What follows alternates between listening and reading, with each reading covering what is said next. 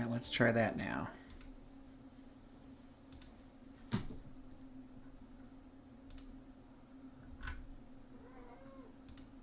Oh, come on, cat.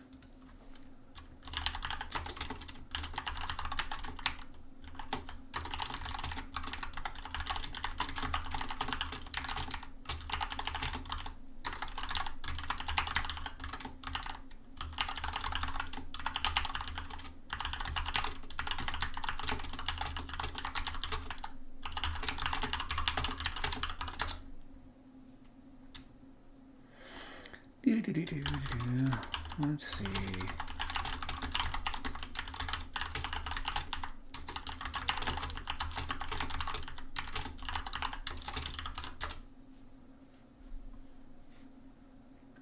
All right, so I think the cat needs to go out again.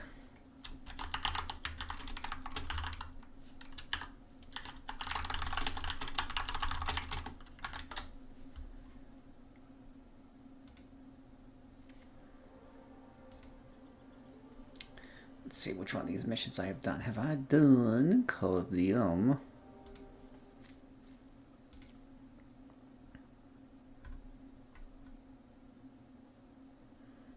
I've done a lot of these missions. Coral Bonanza.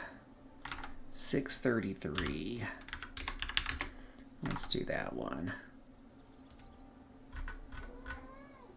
Alright, give me 1 second. Let me go take care of the cat real quick. Good grief, stupid cat. I'll be right back.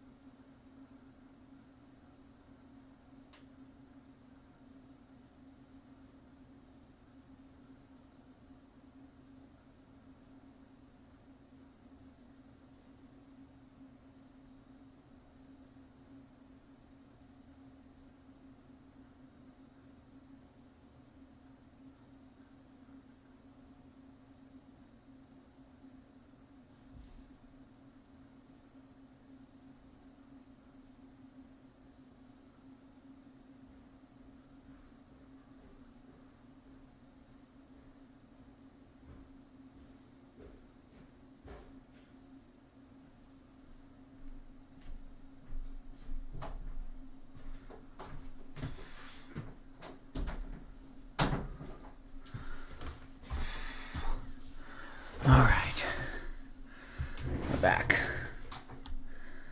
Sorry about that.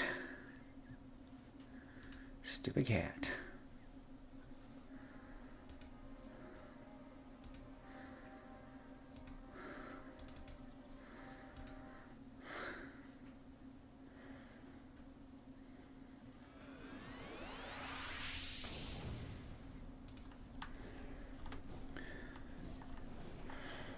Alright, let's try this. Salutations. My name is Phil, aka JCServant. Welcome to another exciting City of Heroes video. Today, we're going to talk about dominators without domination. Okay?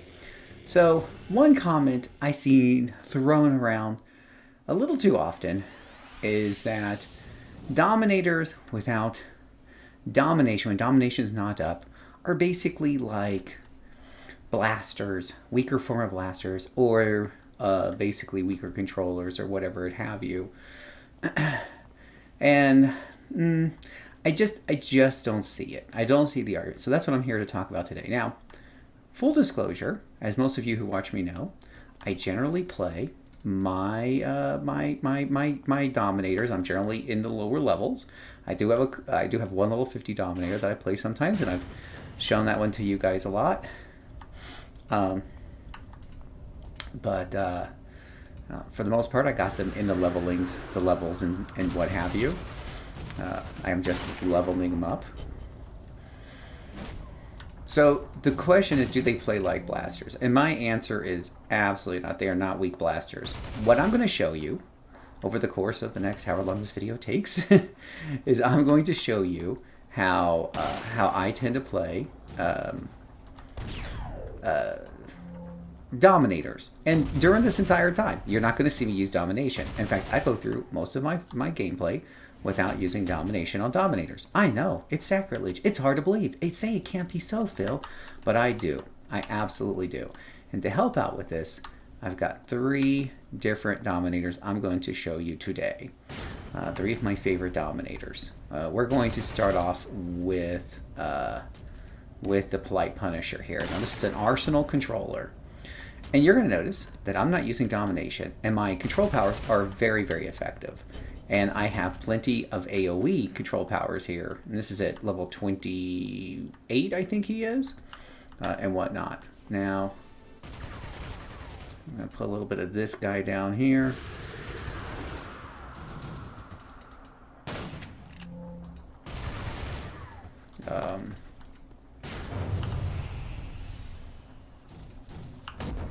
We're going to put a little sleep gas down here. And what you're going to see is I got a bit of a bad pull here. And you're going to see all these guys, for the most part, are pretty controlled. Either from the slipping ice, or the sleeping gas I put down, or multiple effects all at once, because that's pretty much what this character does. Eventually, they might get a little out of it here. Let's put him back into the sleeping gas here. Okay, like I said, that was a little bit of a bad pull there. And my keyboard controls are a bit messed up, so give me 1 second to fix that.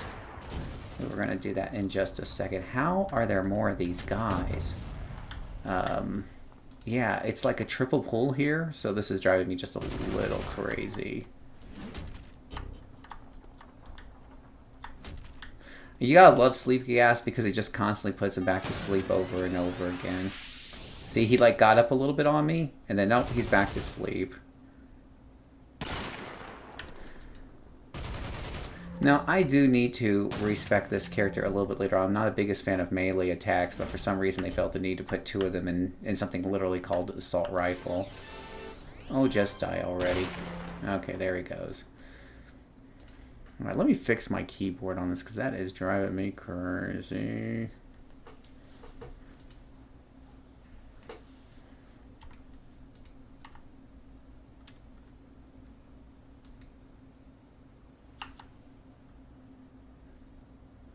That's really weird. Wait, come on, get up for a second. Up, down. That's usually the way that should work. Huh. Let me try this again. Let me try to start over this recording here. Give me 1 second, guys.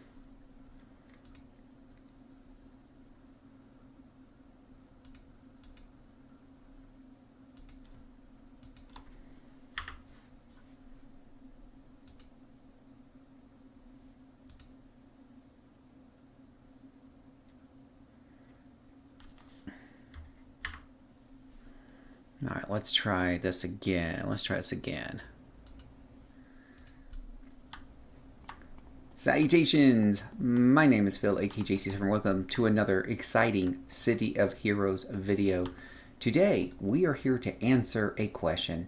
Are dominators without domination Basically, just weak blasters, maybe weak controllers. Let's talk about that for a bit, because it's a comment that I see thrown around. If you don't have domination up, you are just doing it wrong. What is going on with you?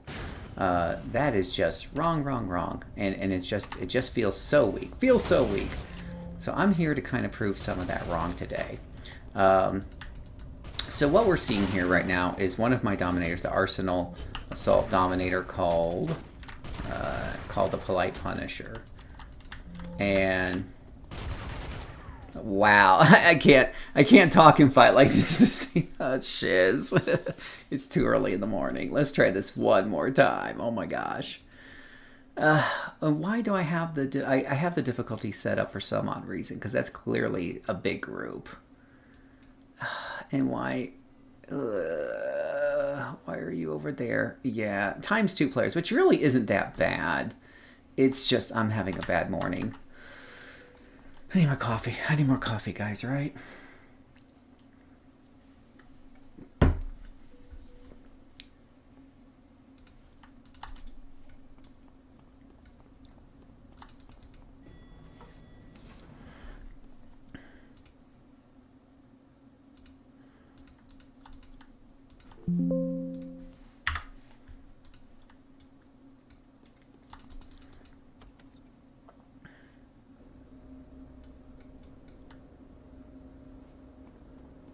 Oh, you know what helped too is if I had my cloaking device on and we brought out the pet. That would all be very helpful.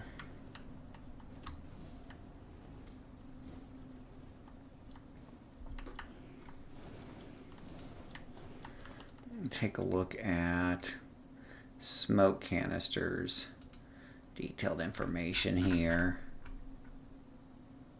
Confusion for 50 seconds. Knock up.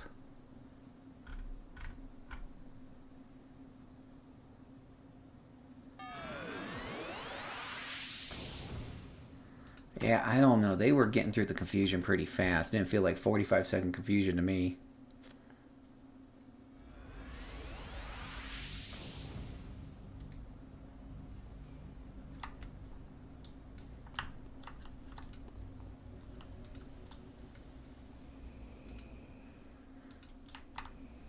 Salutations, my name is Phil, aka JCServant, and welcome to another exciting City of Heroes video.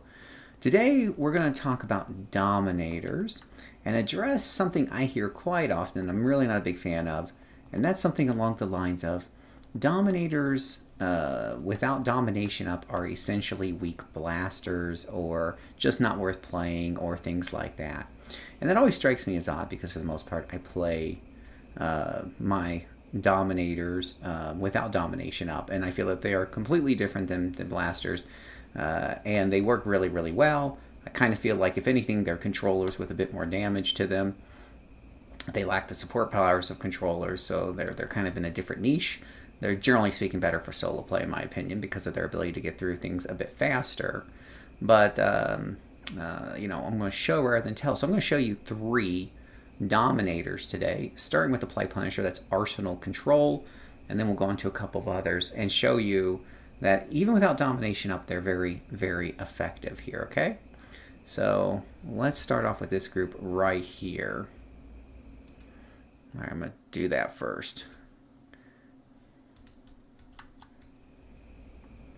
All right, so I'm gonna throw down Yale smoke canister first. A little liquid nitrogen as extra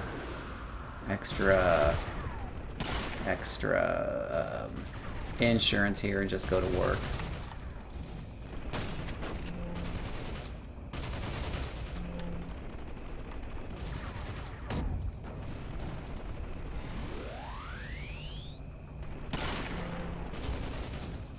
They're all the way back there now. Lovely. So you can see here, I have them pretty well held down.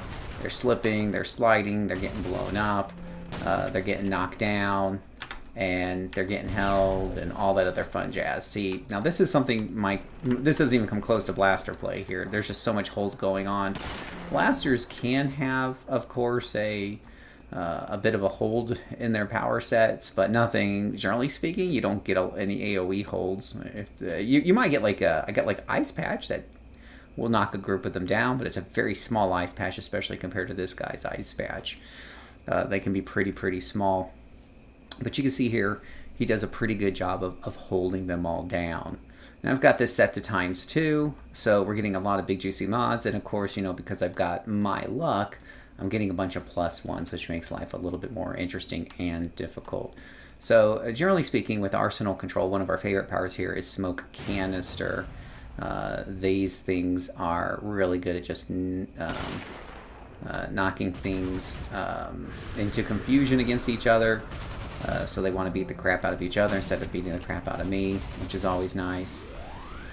And whatnot. Unfortunately, within Arsenal Assault, they felt the need to throw in like numerous low-rank melee powers. So you see those melee powers on there. I'm not a big fan of using them, but sometimes, you know, you just got to get up there and do exactly that. Now we're going to put a bunch of sleep power down here. The nice thing about the sleep thing here is that it will constantly put things to sleep over and over again, and what have you. So that's always nice. We're going to make sure this guy is hold, and then we're going to go up and hit him. And this whole time, I'm not using domination. There is 0 domination going on here, and you're seeing that these guys are being held very well without domination. So one of my observations in playing tons and tons of doms is that when it comes to holding, minions and lieutenants, that the Dominator does really well at that. I feel like the success chance on it is, you know, pretty high up there and very close to controller, because I've also solo controllers. So we have very little problem with that. I'm just going to do a liquid nitrogen on these guys here before we knock one down. Go ahead and sleep canister them. Sleep canister comes up off of recharge very quickly, so it is definitely a spammable option there. We can go ahead and freeze this one, and with him frozen, he's clearly much more open to being melee to death. That's if you don't miss, of course. But you can see here we've got them pretty well under control. There we go. So that's a nice double group right there, and we do really well with that. Let's go ahead and take a knee. So, yeah, tell me that plays like a blaster. Now, he's not killing as fast as a blaster. Not at all. But definitely a lot more control.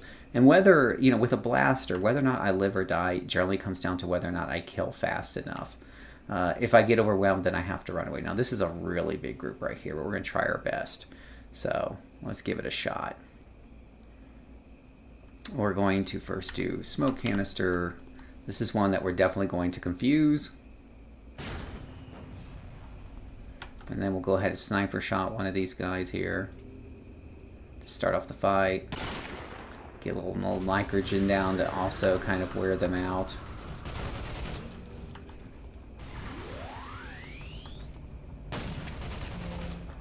And I might have to go up and use a couple melee powers just to get some extra damage in here.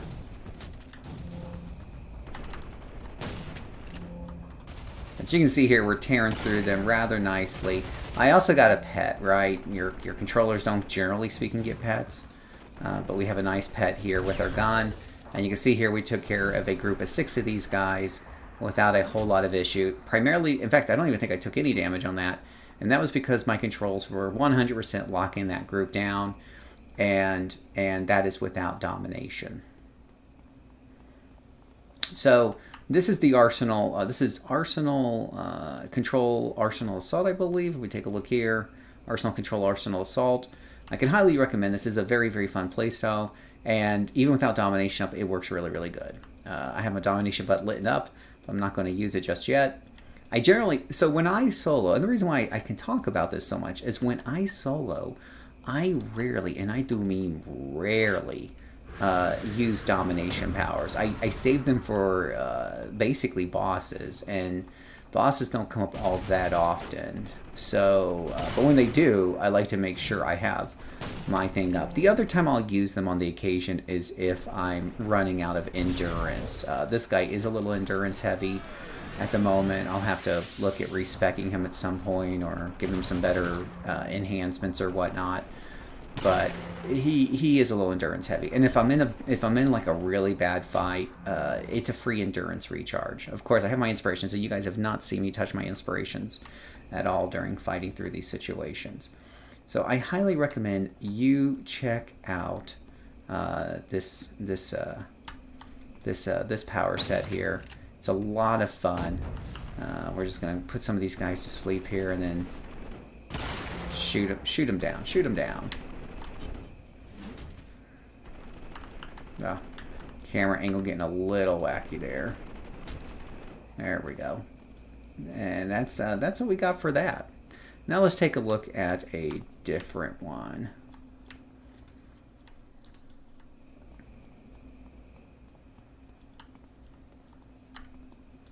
Hello, bad guy.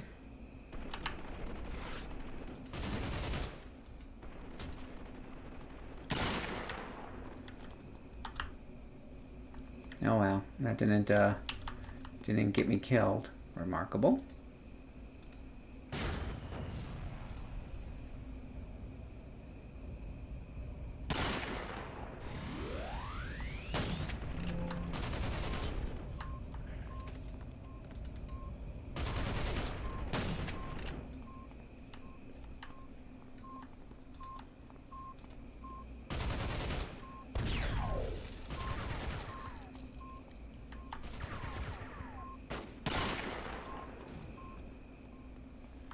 Those guys are too long range even for me.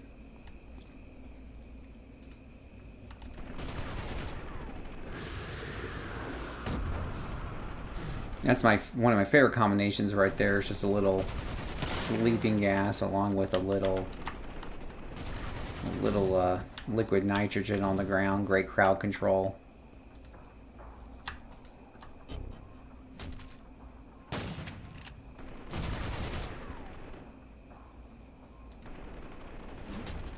Whack.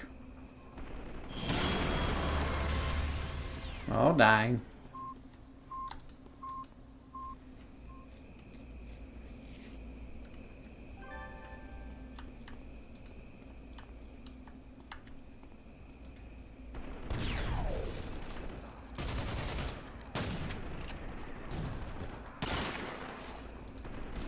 Let's slap another one of these down here, make them a little confused. Don't shoot your friends, hate for that to happen. They do get very excited in the confusion to slap each other silly.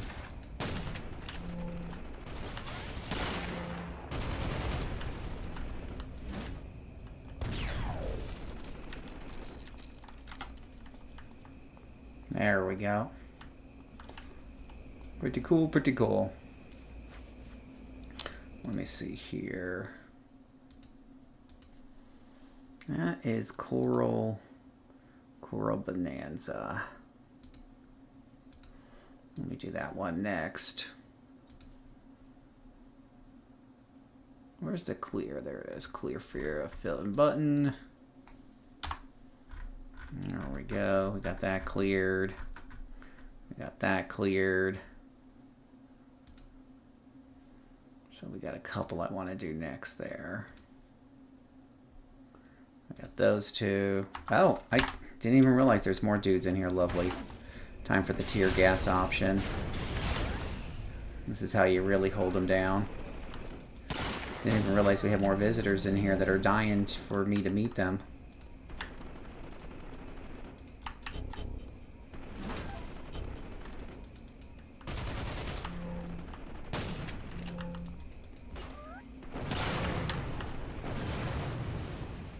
There we go.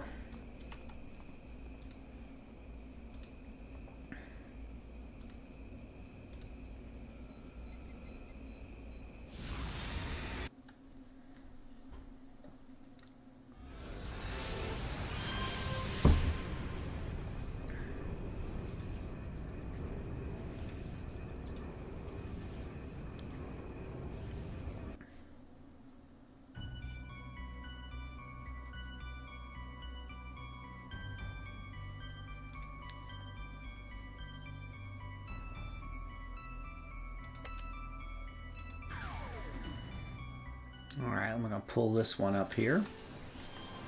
We'll do some Cinder Flare. Hey, welcome if you're joining me on this early Saturday morning. I hope you'll say hi in chat. It's a pleasure to talk with you all this morning. We're just doing some Dominator video action here.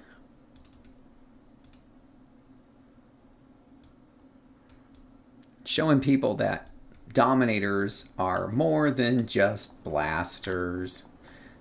Let's see here. Weaker blasters without domination up. It's kind of one of my pet peeves there. Oh, so do I have this mission or no? We do have a mission here. Oh, let's take a look at contacts. Okay, so we have a mission here in Atlas Park. Let's get over to there.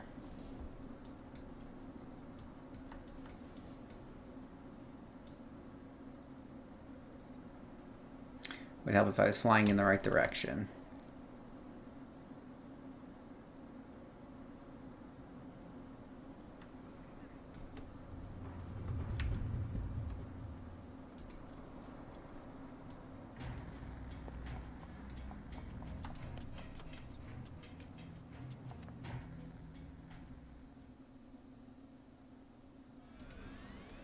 All right. Our next contestant here is Cinder Flare, who's going to walk right into a mission here and have a whole bunch of guys waiting for her. So we're going to have to get right to it. And we don't have a lot of time to explain much of anything, but that's okay. That's just the way we roll sometimes.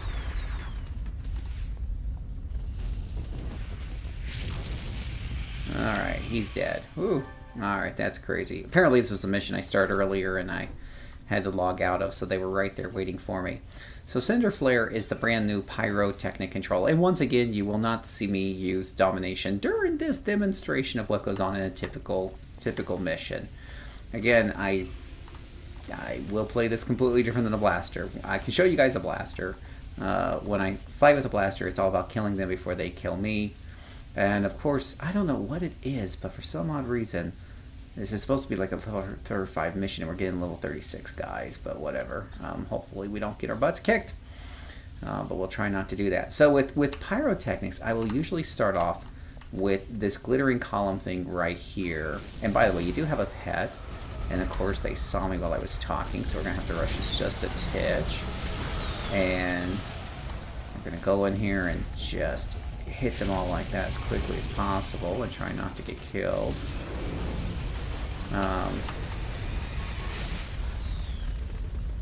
Son of a gun. I don't know what happened there. It is too early in the morning for this. Too early, I say. Ugh.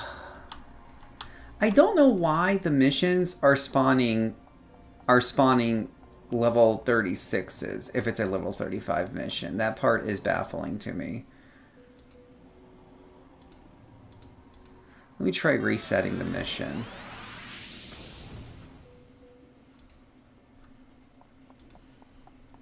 Because I don't have it set for +1.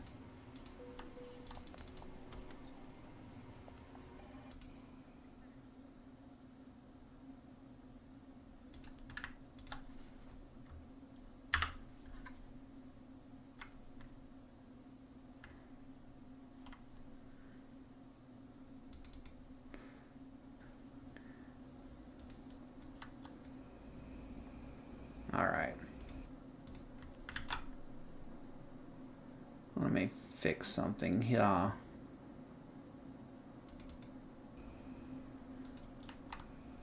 Salutation. Alright, so that one's fine. That is polite 1. This is polite 2. Okay. Let's try this again.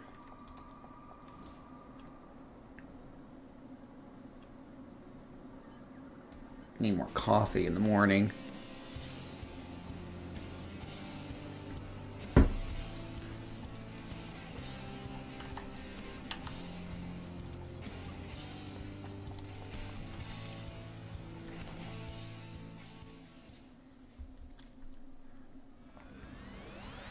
Well, I like how you could see them in there. And once again, they are, even though I reset the mission, they are definitely higher level than me. So I really don't know what's going on with that.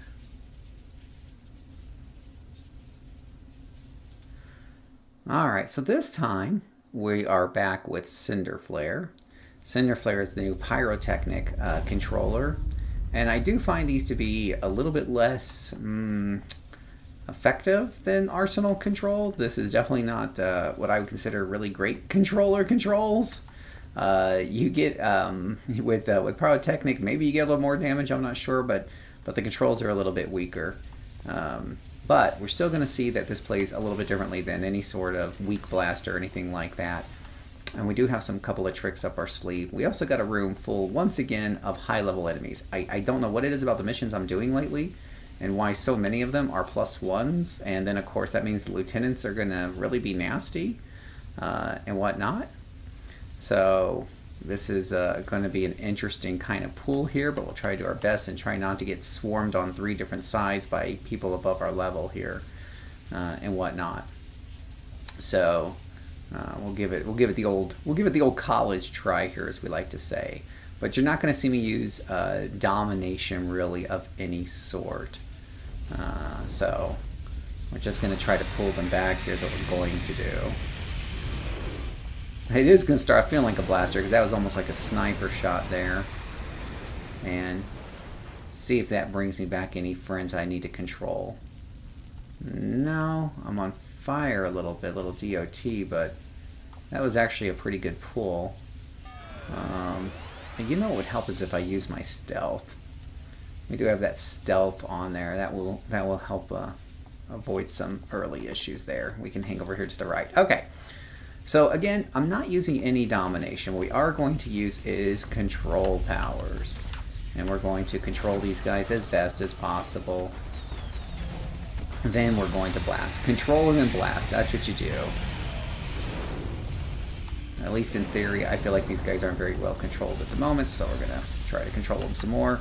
Plus, you can see here, I have my pet helping me out quite a bit with things.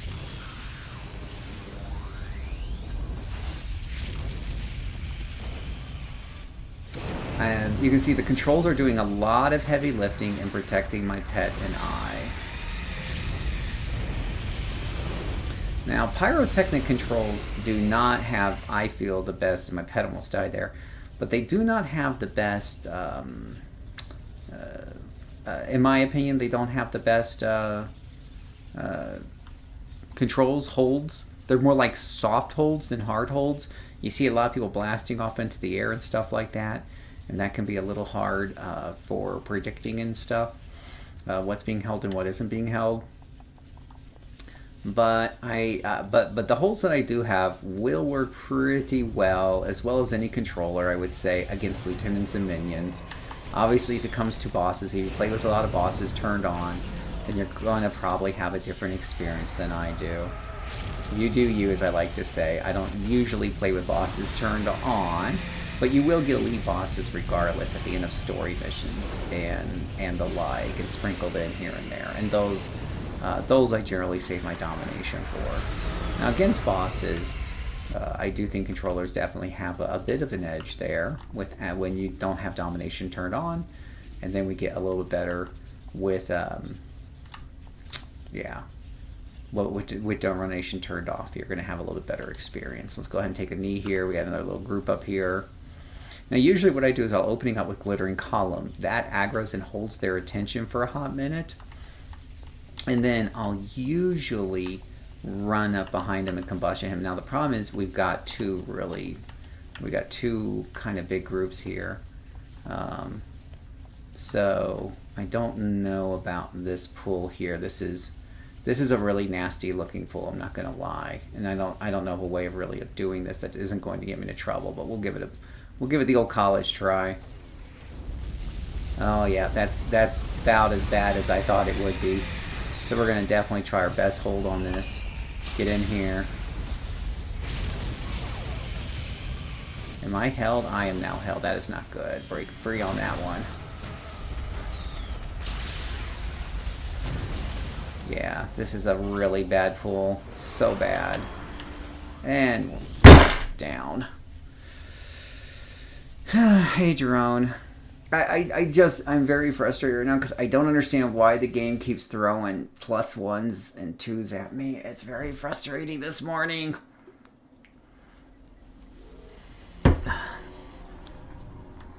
It is very, very frustrating. When you're playing a Dominator or Controller, you don't want to see a lot of pluses. They resist things more. And it's too early in the morning. I need more coffee.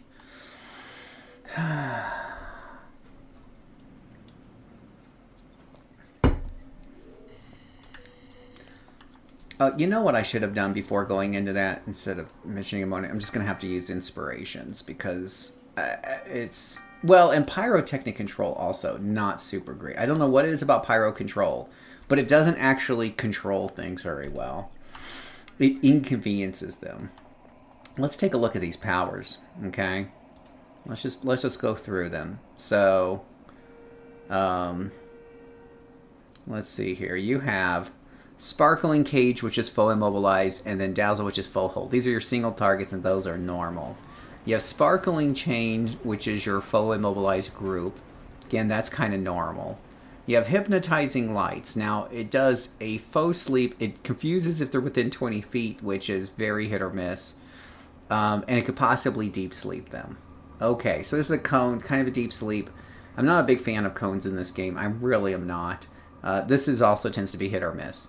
Then you have Glittering Column, which does a really good job of holding their attention for a few seconds before it blows them up into the air. So this is more like a really good 6-second hold. That's the problem. It's very short-lived.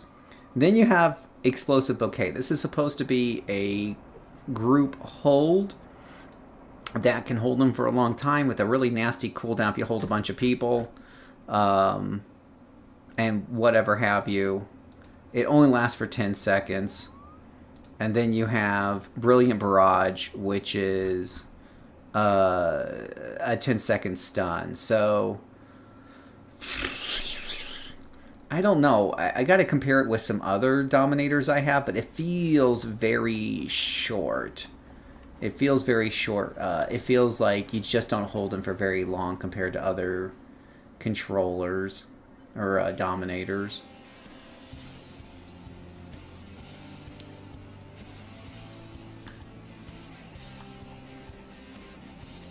Now, what I probably should do here, let me just take a look at this.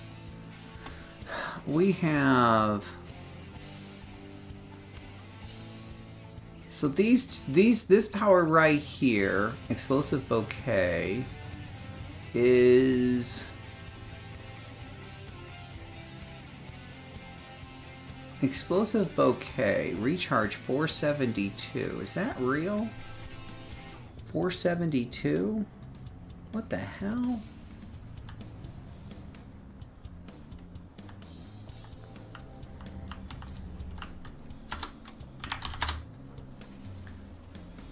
What we might have here is just a really bad enhancement job on my part. If you've got, let's see here. If you got Brilliant Barrage here, this is a 53-second cooldown. I imagine that's with these guys in here. It's normally a minute 30. And then we have 2 accuracies. We could replace one of those accuracies with a enhanced something or other. 3 magnitude stun. A stun duration, right? Enhanced stun. Disorient.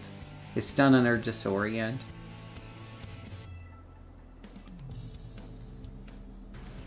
Disorient.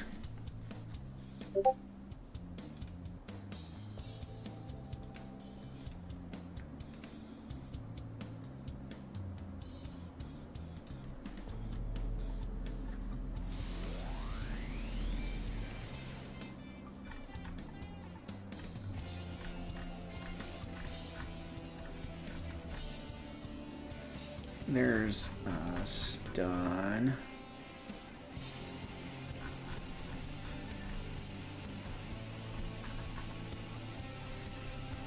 Disorient durations.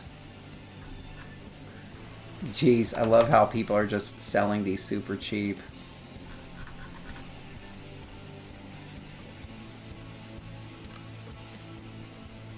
Yeah, because this will make the stun last quite a bit longer.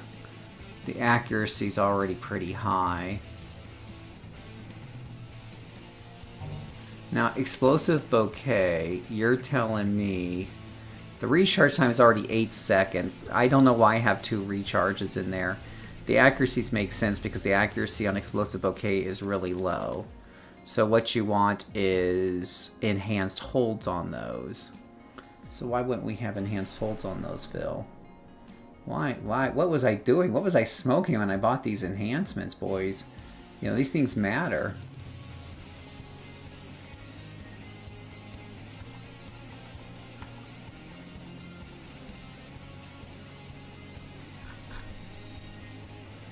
You can't complain they last really short range when you don't enhance them up, people.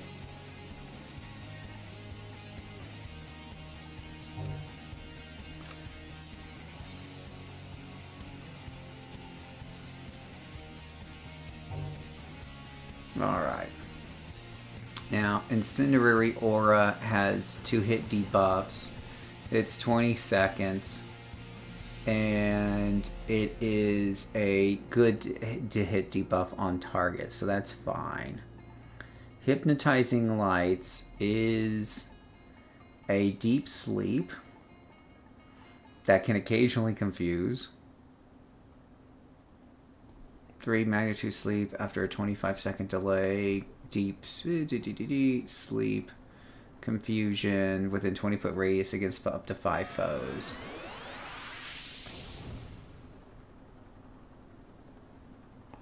Yeah, the confusion on this is really where you never check, but are those enhancements upgradable? I mean, these are IOs that I'm putting in, so you don't really upgrade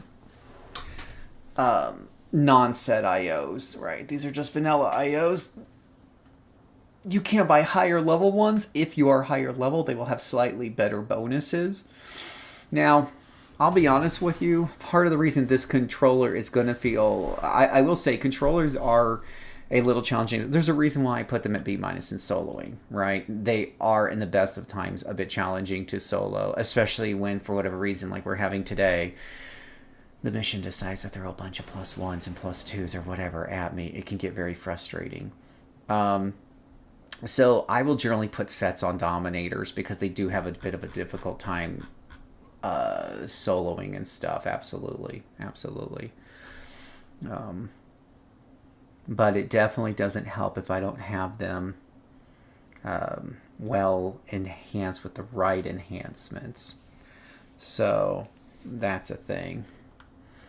So we have Hypnotizing Lights here. So really, this is the surprise to me. Is Explosive Bouquet is only on 8 seconds.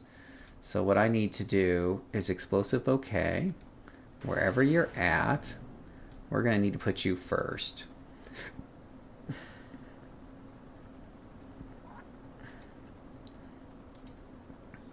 And then Hypnotizing Lights is a 26-second confusion. So we have Explosive Bouquet is a full hold at 8-second cooldown is really amazing and whatnot. So we're gonna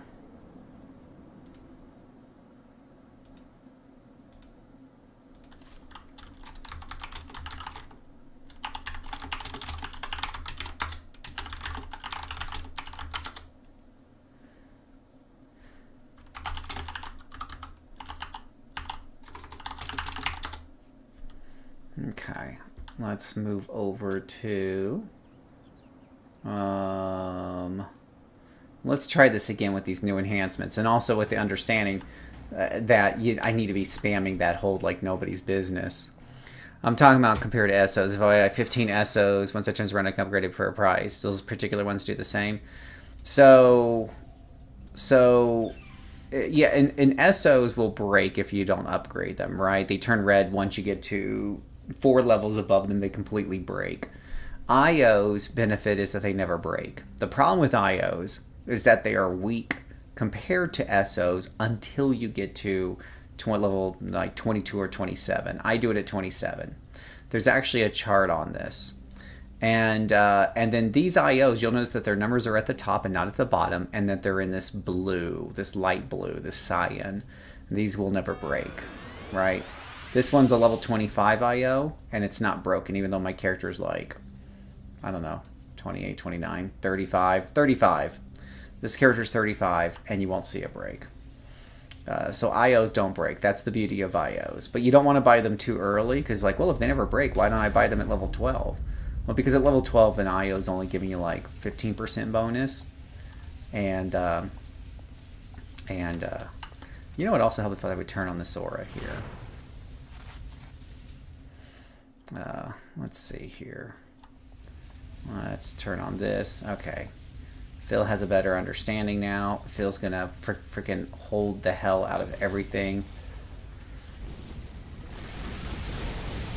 We are spamming that boy early and often. Oh, wait a minute. I thought, oh, it's not an 8-second recharge. Son of a bitch. Not that it matters because the alpha strike. Son of a gun, why is this fucking so hard?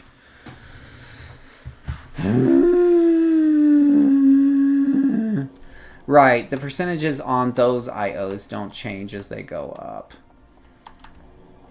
Okay, now I'm getting a little frustrated. I'm just going to go in and kick these guys' asses. Okay, so the thing I forgot, I don't know why they did this. This is something that they've changed on some of these powers. So they decided that they're going to do this new thing called adaptive recharge. And adaptive recharge increases the recharge by a mother effing 14 seconds for every enemy you affect, which is insane in my opinion, because it means you can have up to 240-second recharge on a power if you get a whole bunch of these guys. That's insane. I don't know why they thought that was a brilliant and great idea, and they're patting themselves on the back about that at a homecoming team. I really have no freaking idea what they were thinking on that one.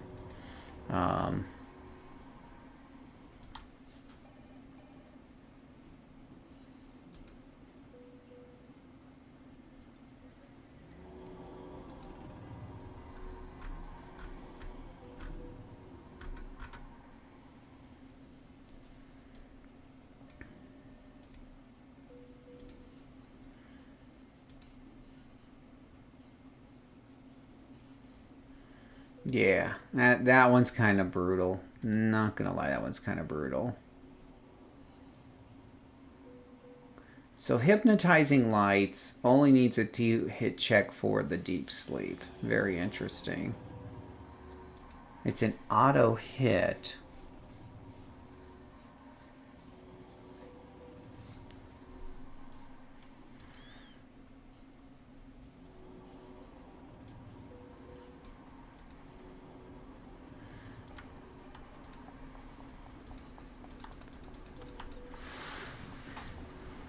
Yeah.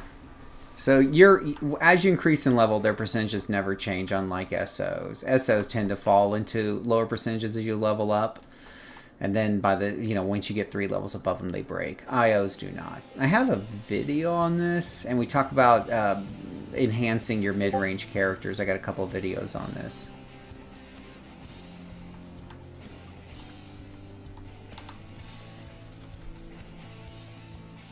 All right, we're going to see the definition of insanity here, right? Yeah, I will say pyrotechnic control is really not my favorite in terms of its actual effectiveness. It is pretty damn weak in my opinion, and I'm not sure what they need to do, but they need to fix this.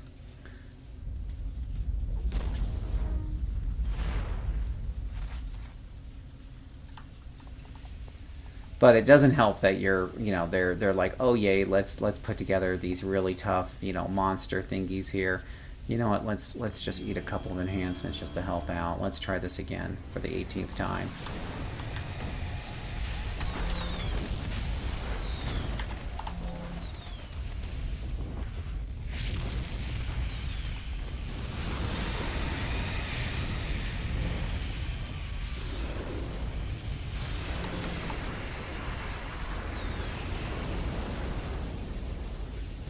Okay, that seemed to have done the trick there.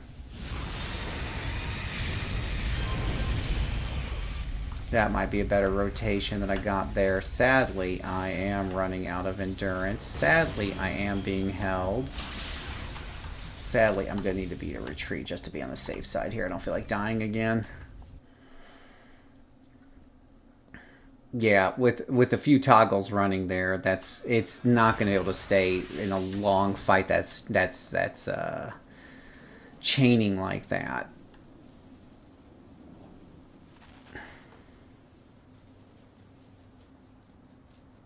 We've already got like we already have like 2 groups right there next to each other. We don't need to add like a 3rd and 4th one in there at the same time.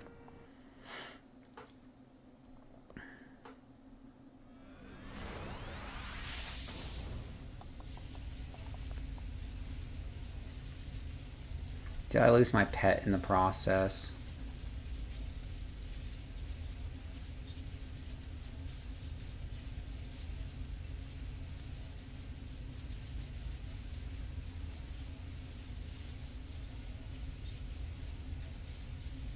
I don't see my pet. Lovely.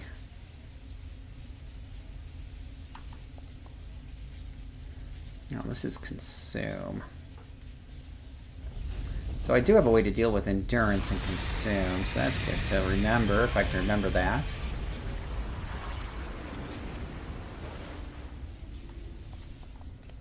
Alright, you little bloodsuckers.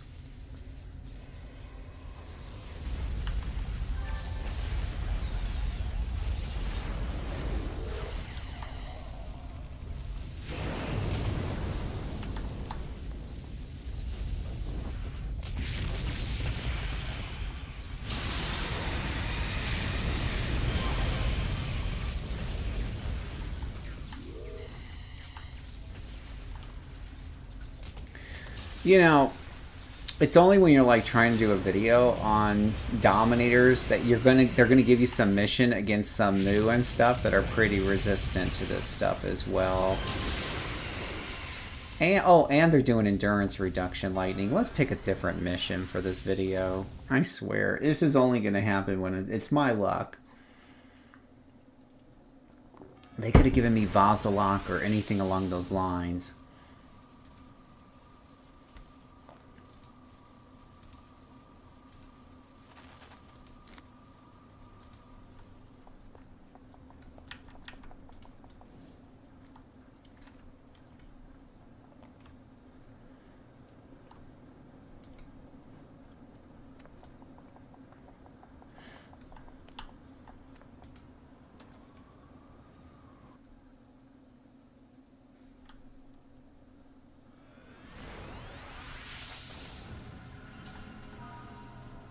Let me see what these guys are. Okay, these guys look much more normal. Let's try to make a video on these guys, okay? We're going to try to video up these guys. Let me quit. Let me show you. Chris, are you still there?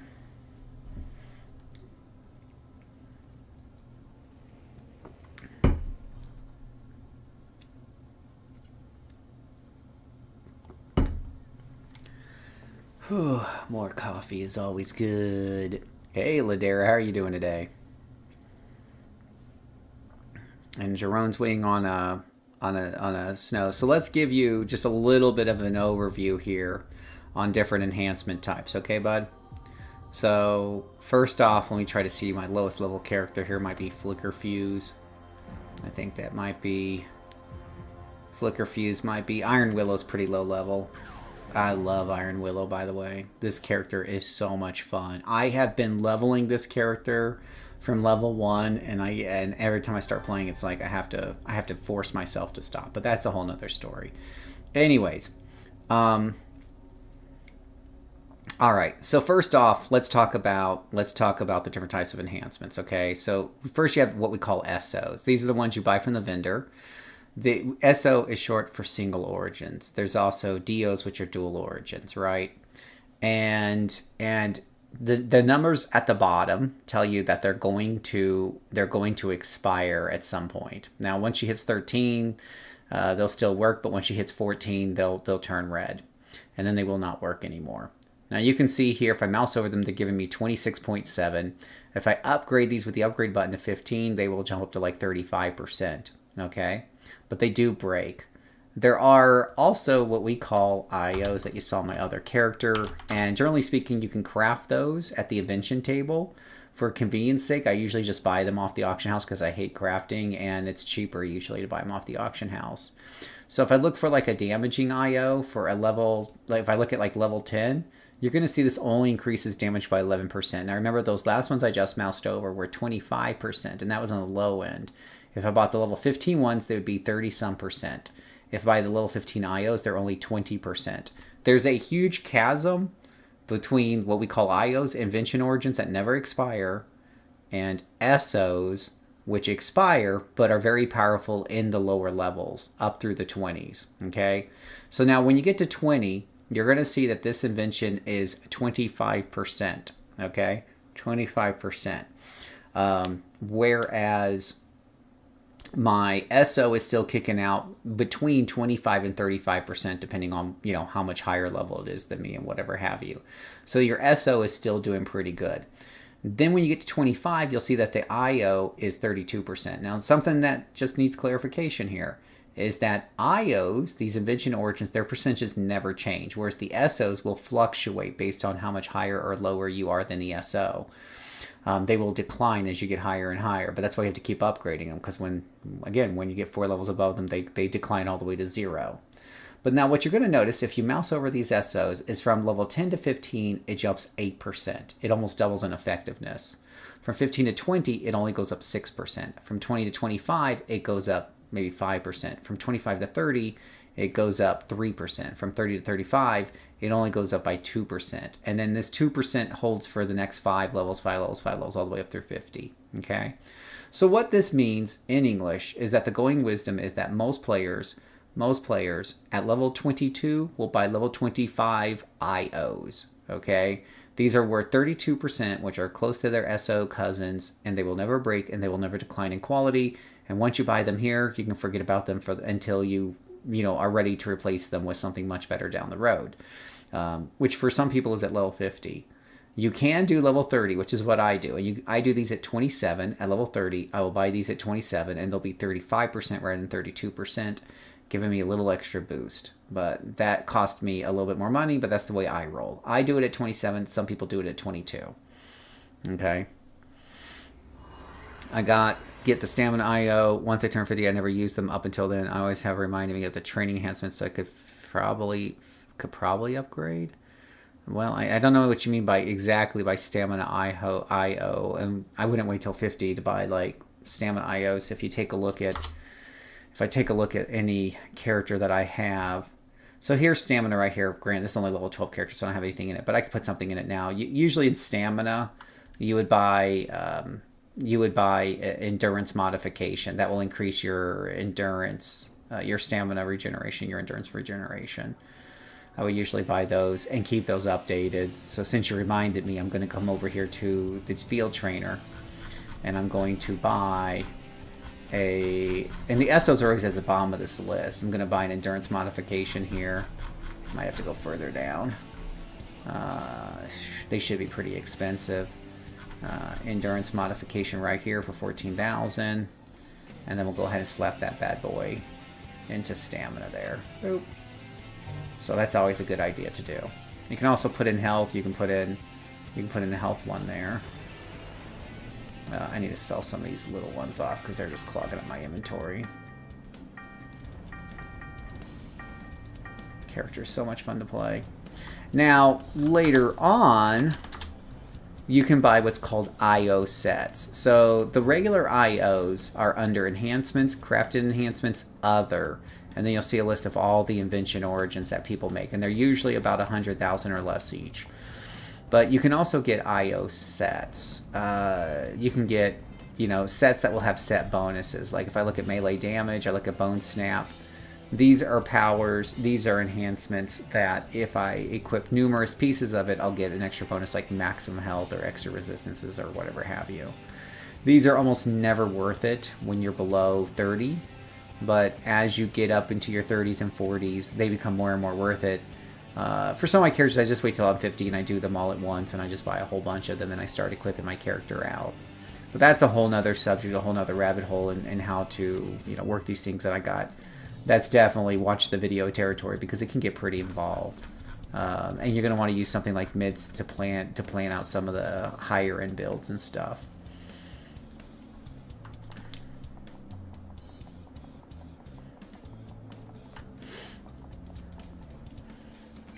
That's kind of a fast overview. Like I said, I do have some videos that go a little bit deeper into it. I take a little bit more time.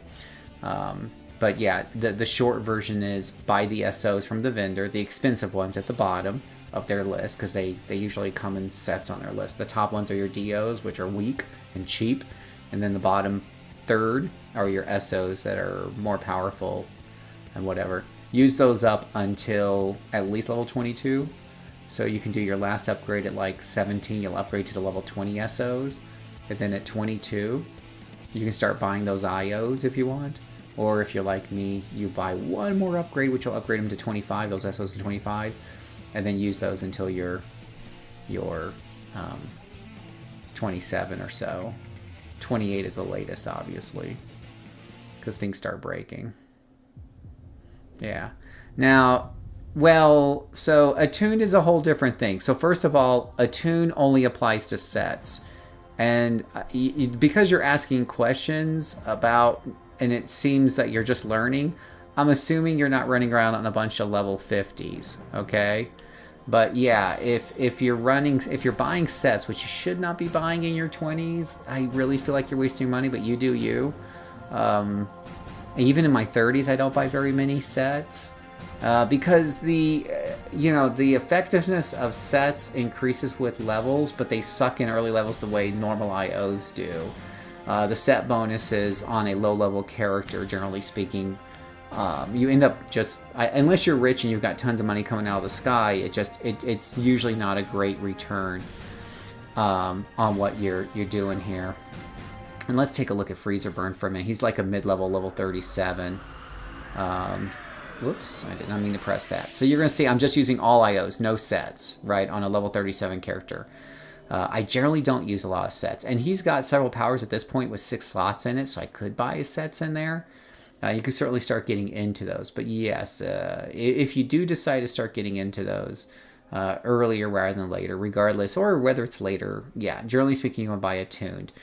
Attuned if you're doing lower level content on that character. So when you look at like the auction house and you look at the different, there's 2 different types of enhancements to get, the attuned and the non-attuned, right? So if we take a look at, let's say, a crafted, let's find melee here, melee, and we'll go for something nice and juicy like Mako's Bite. So let's do accuracy damage. All right. So when you mouse over to Mako's Bite, it's 26% for accuracy and damage on a level 50, right? Now, the thing about buying attuned is it cannot go past 50. If you don't attune it, you can actually level it up with boosters and get it up to level 53, 54, where it'll have 27%, 27.2% instead of 26.5. It's a very, very small boost, but if you're on the cutting edge of making your character as powerful as possible, then that will work pretty good. Now, the thing is, what happens when you play lower level content on this kind of enhancement? First of all, one thing that people seem to mistake out there is they think that if you play lower level, you lose your enhancement bonuses on these guys. That's simply not the case. In fact, you can go all the way down to level 32 and not lose your enhancement bonuses, okay? From below level 32, the computer does some math to squish your numbers down on your enhancement bonuses, but it won't matter if they're attuned or not. Enhancement bonuses do not change whether or not you're attuned. What does change is your set bonuses. If you go down a lower level and you're not attuned, you don't use attuned sets, you'll lose your set bonuses at lower level content. So keep that in mind. So generally speaking, rule of thumb is if you're doing lower level content a lot, like you're doing Ouro Flashbacks, task forces, that sort of thing, you're going to want the attuned version of these instead. And that's where tuned enhancements come in at. So if we do to Mako's Bite, you can definitely go for melee damage. You can go for Mako's Bite. And there you will see the attuned version of these things. And they'll cost the exact same amount. That's because the auction house uses a one bucket philosophy. If I sell a Mako's Bite, I sell a level 35 Mako's Bite, and I'm the only one on server, and I'm just selling the very first Mako's Bite, and you're the only buyer on the server, you will come, you're looking for a Mako's Bite of like level 50, you'll see level 50.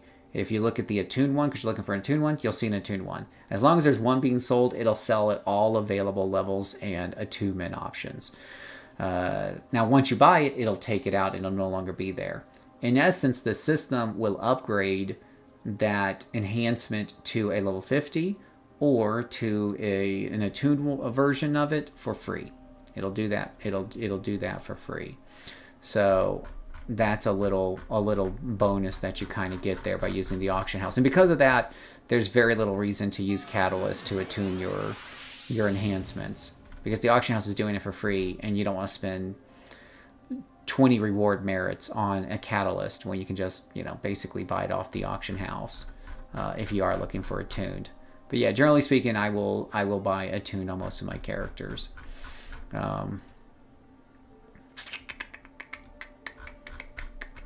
But that's only when you're getting into sets. And again, I generally advise against getting into sets too early. I don't think it really. I think a lot of people jump into sets too early. They're very expensive. I mean, if you got the money, I guess, because they're not cheap dates. So you must have some money on that character there.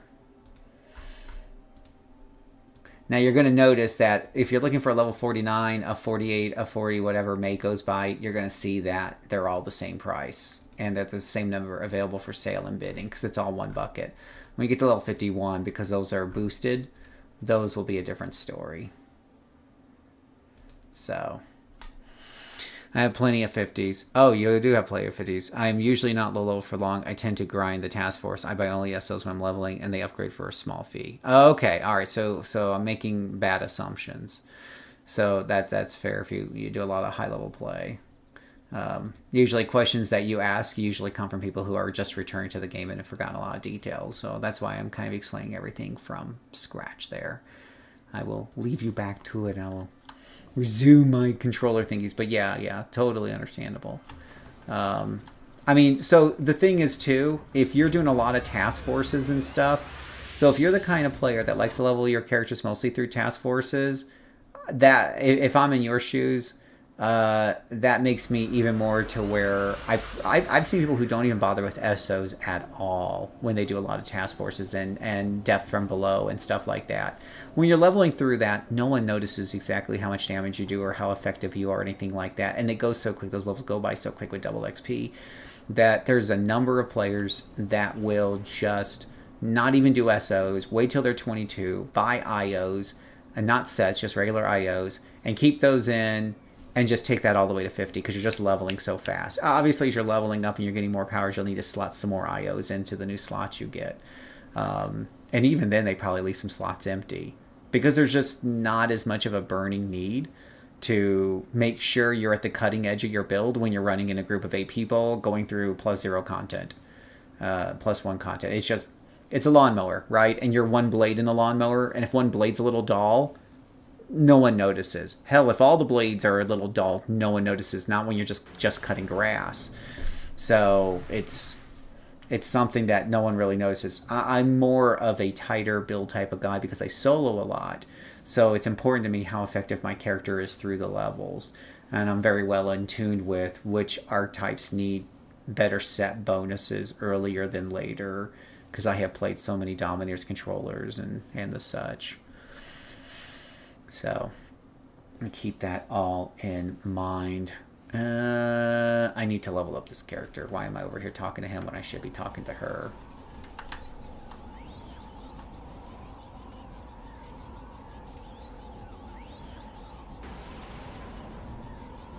Oh, I've been putting this off because supposedly I need a new epic power pool and all that, and I hate doing this. Fly. So I've got fly and hasten.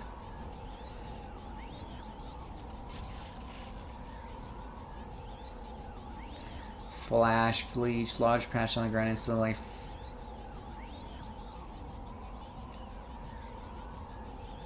Hoarfrost. Maximum hit points for a short period of time. What is your favorite type of controller power? You know, it's Arsenal. Arsenal control is insanely good. As opposed to Pyrotechnic control, which I don't know if I'm very happy with it. But Pyrotechnic is the coolest theme. They made Jubilee good. And I love the pew-pews and the fact that it keeps blowing things up in the air and it's fun to watch. It's just not super effective and it's frustrating, as you guys have already heard this morning before my coffee. Arsenal control, which they added last year, is so good. So good. Yeah, it made sleep good before they did the buff to deep sleep, and now it's even better. Have they added any level 30 to 40 content? Yeah, that's a great question, Alex. I'll answer that question here. Give me just one moment here, and let me see if we can get a long-range missile. What the hell? Let's see if we can get you an answer here. Fire Shell, Rise of the Phoenix, Bonfire, Char, Fire Shield is going to give me Smashing and Lethal, which I could probably use. Does Ice Mastery give you Smashing and Lethal? Probably not. Gives you maximum hit points is what it gets you. Oh, it gets you defense. Oh.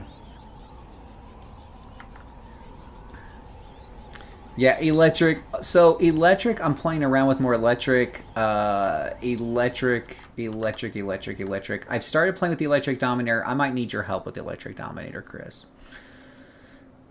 All right, so let's answer your question. Is there good 30-40 content? Let me log into a level 50 character so that we can see our full options here, because a level 38 blaster will not have, which that's my 38 blaster. So let's take a look for you, Alex.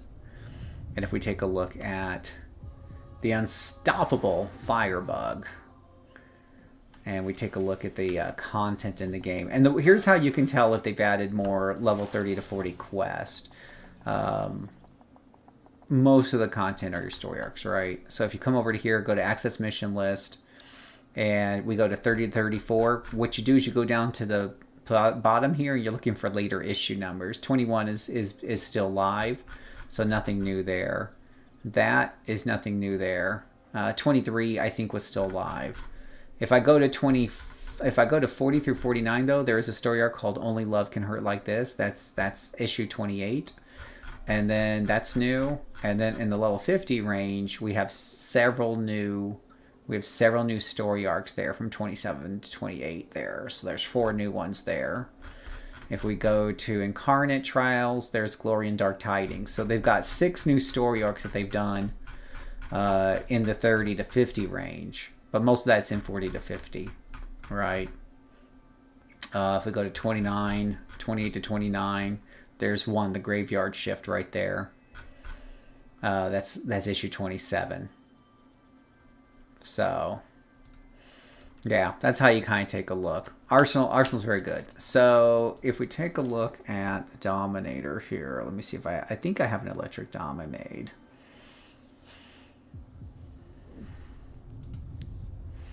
A mini shocker here, this Dominator right here. I've been having a hard time with this character. Now, she's only level 19, and maybe this comes online later on. But it's supposed to be like one of those things that...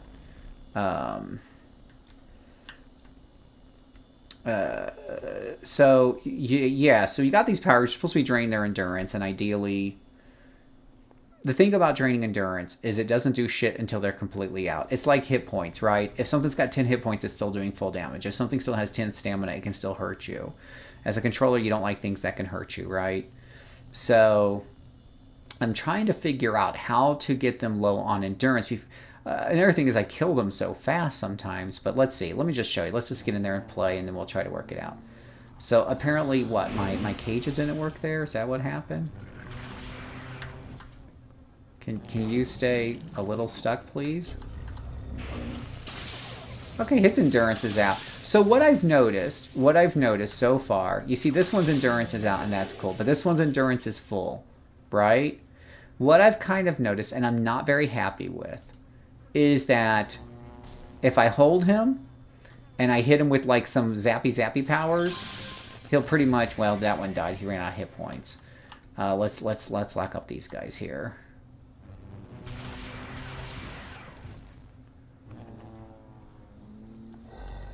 Why do cages not work on these guys? Can they not be immobilized? Son of a gun, just stop walking towards me. Well, immobilized worked on that one there. Okay. Let me just kill this one here. Alright, so that one back there. Yeah, so, I mean, it doesn't help his recovering, but in other words, I think what I'm getting at is their endurance never goes down very much unless I'm right on top of them with conductive aura. It's like I have to be kissing them with conductive aura, which means I'm close to them. As a dominator, being close to them, especially when I don't have a lot of great super strong holds on these guys, is not super ideal. And I don't know why her AoE Immobilize is not working on these guys. It is very frustrating.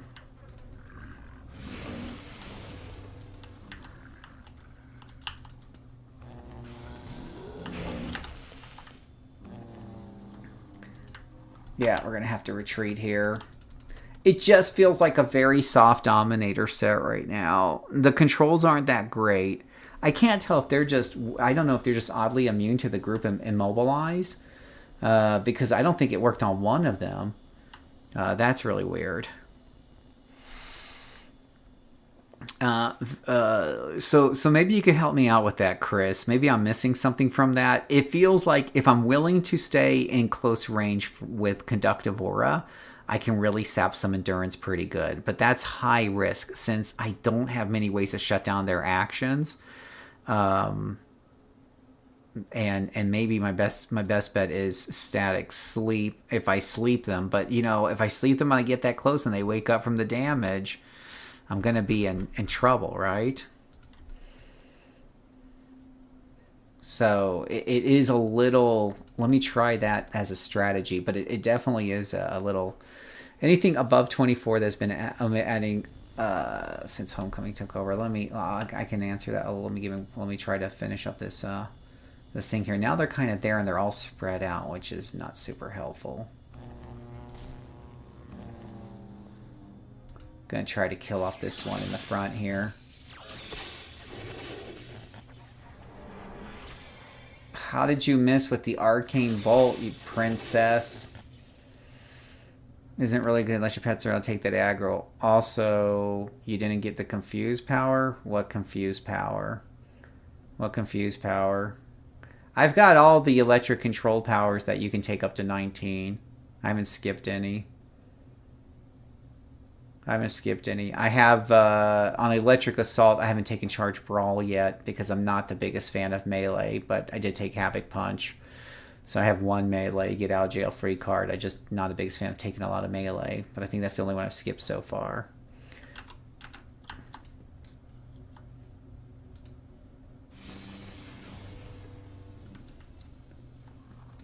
Wow, I think these guys are just immune to shit or something.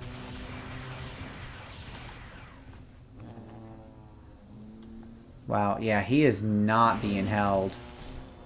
Yeah, they don't care about being held or not.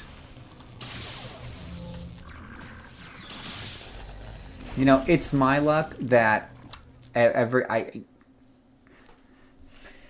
don't know what it is today about me playing Dominators and every other mission being something that just middle fingers your mezzes. Like, you know, I brag to people about this game being a power fantasy and letting you control lots of enemies.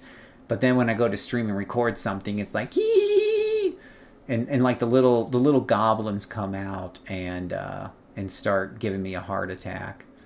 What if I just street sweep? Can I street sweep around here? I need something I can practice on. The Confuse is 22. I love confusion power. Yeah, yeah. Guys, I love confusion in this game. It is really controller's best friend, right? You'll never see me say no to confusion. I will say no to melee powers on a lot of DOMs, unless of course it's my martial arts DOM. Then they're cool. But I will never say no to confusion. So yeah. If you see me skipping a confusion power, I was clearly smoking the peace pipe.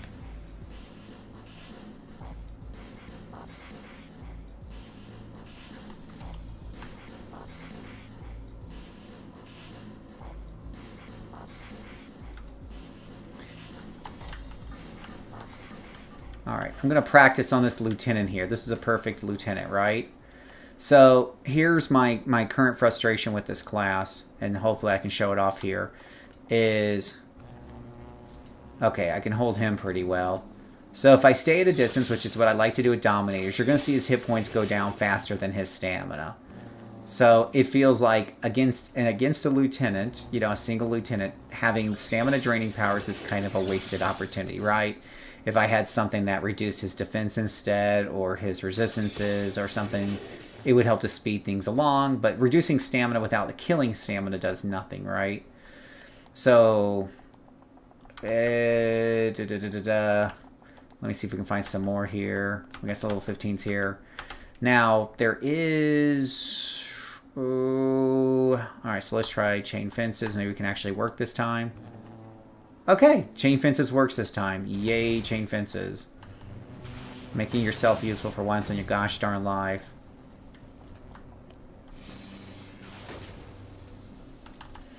But even here, you're going to see I kill them before I even get close to stamina draining them.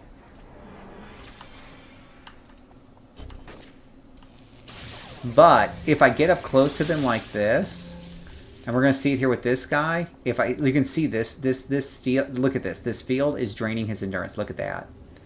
Boom, boom, boom. So now that he wakes up, he's out. You see? That's kind of weird, right? So this, now granted, I've enhanced this for extra energy doohickey. So if we take a look at my enhancements here, I basically saw that conductive aura does, at its base, it did some really chunky, it does like 10 on its base, and I've enhanced it to 15, but it does it every single second, just about, or every 2 seconds, something like that. It procs, you know, every second it's going off. It's a toggle, right? Whereas with like Tesla Cage, it's only going to give me a 7%, and obviously it's only going to be every time I hit somebody with it. I can enhance that for a little bit more, but it's never going to be enough to stop them before I kill them, and whatever have you. I do feel like maybe once you get to higher levels and you get more slots, if you're using endurance modification sets, maybe this will all kind of pan out and suddenly come online. But right now it doesn't feel like it's super online to me. I'm missing some damage right there. All right. You still with me, Alex?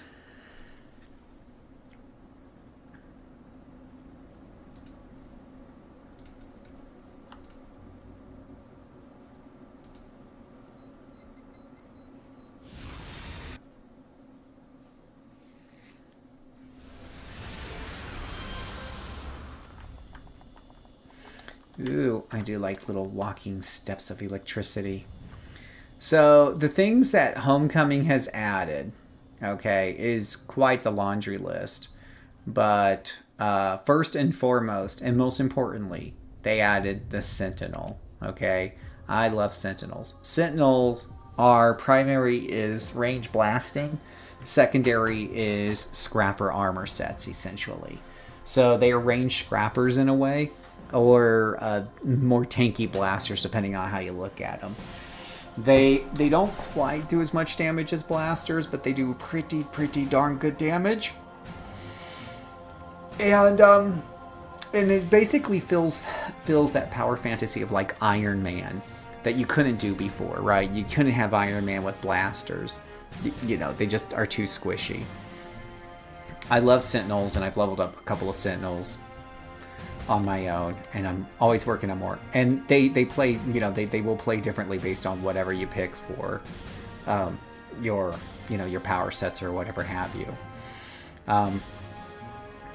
Number 2, they've added different new power sets. For example, Cinder Flare that you saw a little bit earlier, she's Pyrotechnic Control. That's a brand new Pyrotechnic anything is a brand new power set here that controls things through pretty fireworks. Last year they added Arsenal Control, for example, on Dominators that can lock things down. Something I've been playing around with lately that they added not too long ago was, I think Psionic Melee is kind of new. Somebody can correct me if I'm wrong on that, but for a fact I know that. It is here somewhere. Sudden Shakalaka is using Sonic Melee. So Sonic Melee is new. So yeah, Sonic Melee is a new thing. Psionic Armor, which you can use on a lot of different classes, including Sentinel. Psionic Armor Sentinel is also new. So we have a lot of new power sets and stuff like that. Homecoming has also added a lot of quality of life features in the game, so it's easier to get teleporters, it's easier to get double XP and level up very quickly, just easier to get around. And Auction House is all combined so that transactions there are smoother, easier, faster. You can pull up the Auction House anywhere, and it's hooked up across servers, so you don't have problems from prices between one server and another. It's all very seamless. So, and then they've added a couple of new task forces. Don't ask me what they are. I don't do a lot of task forces, but they've added a couple of new task forces, and they've added at least a half dozen, probably closer to a dozen different story arcs. So you have a lot of those as well.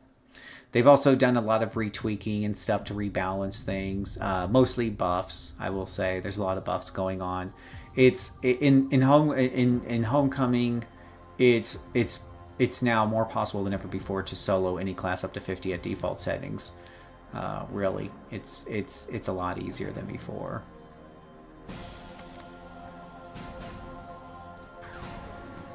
So that's my TED Talk on, and we'll show you off a little Pyrotechnic Control right now on the Dominator here, and see if I get frustrated again, because I didn't sleep too well and haven't had enough coffee yet. So hopefully Cinder Flare won't let me down. It's been a couple years, but I was more curious about the new story arcs. Task Force 30 to 40 is always most sluggish to me. Well, you're my kind of person, Alex, because you saw my huge list of characters, and I level a lot of characters. Like you can see, this character here is right in the middle of what you're talking about. She's level 35, right? Now, I will tell you that a couple of things to keep in mind here if you like to level alts, right? A lot of alts like I do. Of course, Ouroboros has a ton of different story arcs to do and can keep you entertained. And I would highly encourage you to play a lot of Villain Side. I think Villain Side is overlooked by a lot of people, and you're missing out on so many good storylines if you haven't done Villain Side yet. So consider making some villains if for some odd reason that's been a blind spot in what you're doing. I'll also point out to you that one fun thing to do in Homecoming is alignment missions. They're really great fillers in between stuff. This is an alignment mission that I'm going to do now.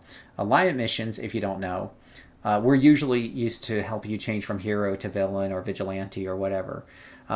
Nowadays, because Homecoming makes everything quality of life simple, you can go to Null the Gaul in Pocket D and instantly change from hero to villain or vigilante or whatever and back and forth again. I don't, generally speaking, change alignments on my characters. I got so many of those. Somebody wants to play a villain, I got a villain. They want to play a hero, I got a hero. But for those people who want it, there's a convenience there. So why do I still do alignment missions? Alignment missions are nice palette cleansers in between doing story arcs. Or if you just got a few minutes to kill and you don't want to get it started on a story arc, you can do an alignment mission. And as you do an alignment mission, you will fill up this alignment bar. So I'll just continue to pick hero. It's been emptied out here because I recently finished one. Once you fill up the bar, the very next tip you get from an enemy will be a morality mission worth 40 merit rewards. So that's as good as just about any story arc. And it can really help you to move along your leveling. Last but not least, if you haven't considered doing this on Homecoming, you can get double XP to speed up the process if it's dragging for you. I generally have stopped doing that on characters to just enjoy the leveling process more. But for people who have done it 800 times and or just want to do it faster, you can go to the smart vendor and load up on double XP. What that does is it shuts down your influence gain, but there's not a lot of influence to be gained by killing mobs. The biggest influence you get from doing story arcs is from the merit rewards. So you'll get like, for one merit reward, you'll get 150,000 influence. During that same, and generally speaking, you get 3 merit rewards on the average per mission door you do, sometimes 4. During that same mission door that gave you 3 or 4 merit rewards, which is worth like 500,000 influence, you maybe got 10,000 in drops to that 20,000 in drops. So you can turn those off and get double XP instead and not miss them. So, yeah. Then there is Callisti. Callisti Wharf is actually... Yes, let's talk. Well, Callisti Wharf is but Callisti Wharf is like post 40. You're right. Yeah, you said it right. Let me show you Callisti Wharf real quick because it is really cool. But I can't do it on Cinderflare because she would die miserably. She already has survival issues. We don't want to subjugate her to Callisti Wharf. Was I doing this on Firebug? I was doing this on. Let me show you guys. The amazing Aqua Force. Alright, so I was doing a Callisti Wharf mission on her. And check out... Oh, by the way, speaking of new things that they have done on Homecoming, check this out. This will be very exciting.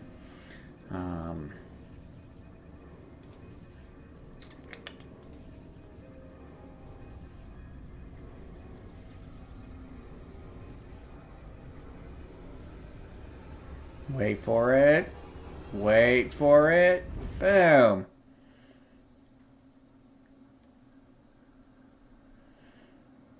So you might remember Callisti Wharf was pretty much unfinished and kind of empty and kind of sad. If we fly around now, there are quests and stuff to do here. There's groups of enemies. We have life again in Callisti Wharf. So it's a brand new zone for you to... Yeah, that's an excellent point as far as what Homecoming has done. They have made this a new playable zone, and I think they're going to continue to add to it in the future with more story arcs. But this is a 40 to 50, type of deal. Now check this out. I'm doing this one mission. I like to show off this mission a lot. This is part one of the new story arcs they've added. This story arc usually takes me about an hour and gives you 20 merit rewards. And... Oh, let me get the sepia. We're in a flashback mode, so we're getting that sepia effect. But there we go. Check out these new office buildings. This is like a new tile set, is what we call it in the old days. But it's a new building set that they're using. Yeah. Oh yeah. There's lore around it and everything. There's whole story arcs here that you can read and get into, and stuff. And you'll see like the buildings. I'm gonna stealth around here a little bit. I think I'm stealthed. It doesn't look like I'm very transparent, but I'm pretty sure I'm transparent. But you can just see these office buildings are nice and open and just very much easier to get around. So I think that they've done a really fabulous job on these, and I hope to see more of these in the future. Yeah. So these are pretty cool. These are pretty nice. Much better than the certain caves that we've done 100 times that we don't like, and we won't mention any names. Yeah, there's definitely more details online and stuff.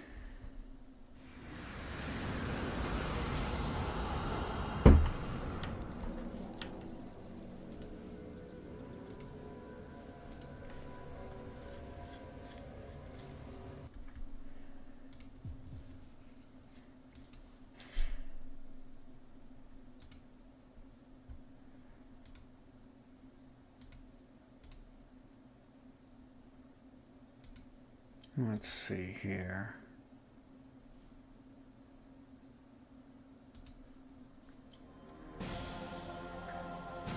All right, so let me do Cinder Flare real quick because I keep putting this off. So let me do this. Hey, Frieden, how are you doing today, buddy? Yeah, I'm a little slow on the uptake. I won't be on too much longer because I got to go grocery shopping at some point. But I might stream later on tonight as well. Definitely will be streaming tomorrow. Attempted to make a new Scrapper. Scrapper's a completely different flavor. Is my new character... Oh, I've been doing Stalker. Bio... no, not Bio. Super Reflexes, Staff, Stalker is insane. I would work on a Scrapper as well, obviously. It would work really well on either one. I just like... Because I'm going for the whole... Bat family feeling on that character for obvious reasons. If you see the character, you should be able to figure it out. It was important to have stealth. Why am I in this mission again? Why, Cinder Flare? Why, you son of a gun? Ooh, I hate you. I hate you. Where's this mission at? I want this mission gone. I'm sick and tired of this free to diplomat. Can I abandon this mission? Where's the button to abandon? Yeah, you can't abandon. Okay, whatever. We'll do it later. I want to do the bombs. Why would you think I want to go back to that mission again? Let's see here. Do I like the Peacebringer? I think I'm trying one. It is very, very, very different. I do not recommend it for new players or returning players who've been gone for a long time. Play the other classes first. It's a class that can be the master of all trades, the jack of all trades, master of none, and can kind of switch to what's needed on the fly depending on, and gets bonuses for being on a team. I'm mostly a solo player, so I just don't get a lot of the benefits of that class. But aside from that, it is a very it is definitely a more challenging class to pilot and understand how it works. So it's for advanced players only. It used to be that you had to get a character to 50 through leveling before you could even play that. So keep that in mind. Yeah. All right, so we have another Dominator here. This is Cinderfuse. Cinderfuse is a pyrotechnic controller. Dominator, not controller. Because we're doing videos on Dominators, Phil. Okay, sorry, not enough coffee yet. And we're going to see how well that she works. Again, without using Domination. We're not using Domination. We're not doing it. We're not. So, this one, what you do is you start off most encounters with one of these glowing pillars of awesomeness to get their attention. Then I'll usually follow it up with a hit. And then I'll use a sparkling contrain for further control. Sometimes that works and sometimes that doesn't. So we'll go ahead and throw in one of those. And you're going to see, like, for the most part, that lieutenant hits pretty hard. Can we hit him back? It's just got a lot of knockback. Go ahead and finish it. But he's kind of stuck there from my change, so he's kind of stuck in place. Whoa! Holy cow, that I was not expecting. Okay, apparently he's got some self-destruct mechanism that can really kick your tail if you're too close. And whatnot. So no, I really don't see these as a weak blaster at all because you are tying things down, holding things down while you're attacking and whatnot. Plus, I got a pet. You don't have pets on blasters. Let's pull out our pet. Isn't it cute? It's Jigglypuff. I mean Jiggly, the Catherine wheel. Okay, so we got a big group over here. We're gonna try to do the whole get their attention with that thing. We're going to try to hypnotize these guys. All right, we'll do an embrace of fire, and then while they're all tied up, being slept, and who knows what else, we go in there and we do the thing. Now again, totally different than my blaster because they're being held, right? And being held is an important part of my survival in that. If my blaster did this, they would probably have killed more faster, but there would be no control involved. And good job, Jiggly. Jiggly was in there helping. Jiggly is a good little boy. Okay, good little boy. All right. I hear a beepy here and whatnot. But we don't care about BBs. We're here to show off how we control people. So you'll notice that the one thing I'm not doing is using domination, right? The controls work just fine And this is despite the fact that, honestly, I do think the controls on pyrotechnic can be a little loosey-goosey.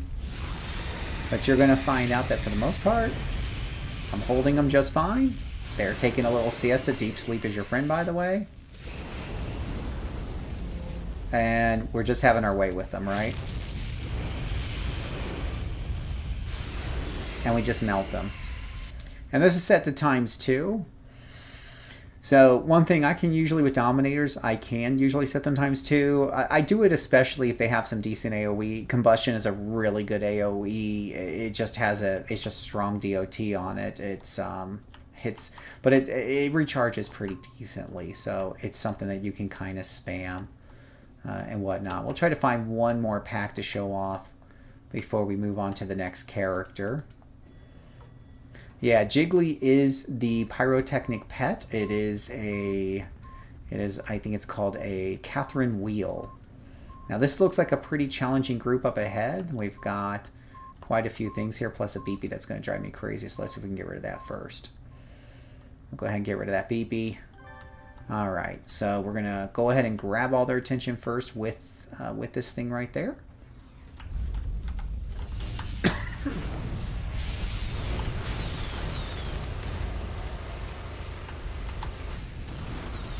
So we're holding them, we're sleeping them, we're going in combusting them, breathing fire, blowing things up, doing the thing.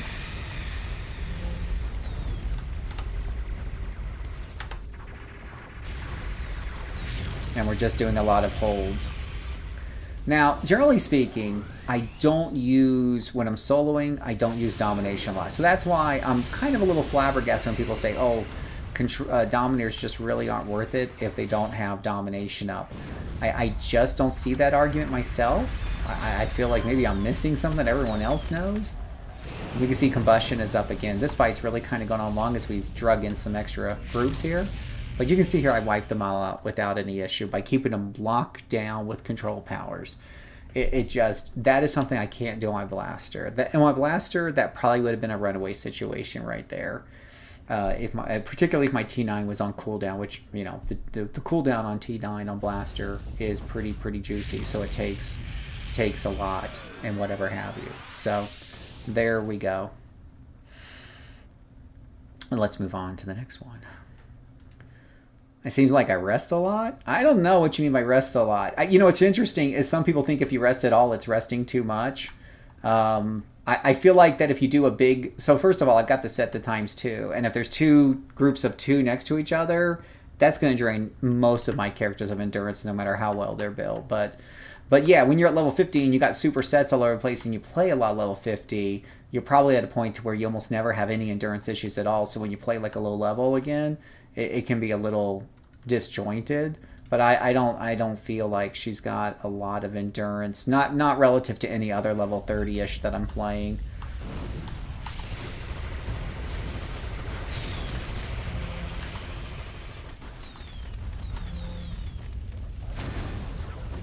And I'm doing a lot of AoE heal, so there's going to be quite a bit of endurance when you're using a bunch of AoE. But I'm literally taking out a whole group. This is, again, it's a +2, or this is a +1 group, and it's ×2. So it's going to hurt just a titch on somebody. Hopefully them.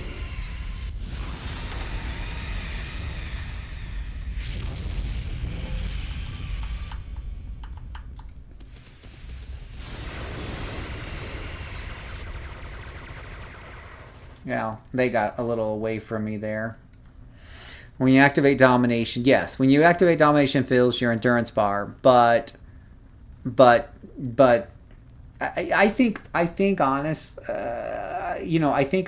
we talk, and you can see my endurance. I'm not even resting. My endurance is recharging pretty quick. I have a good endurance recovery.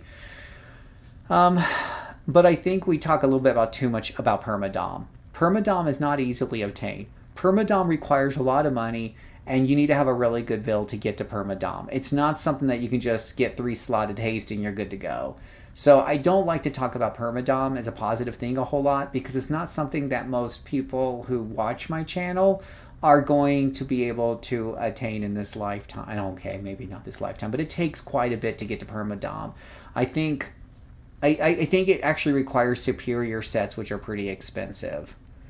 Yeah. Hey, Dark Plebius. How's it going in Bikely? Yeah, I'm just hanging in there before I go grocery shopping here soon.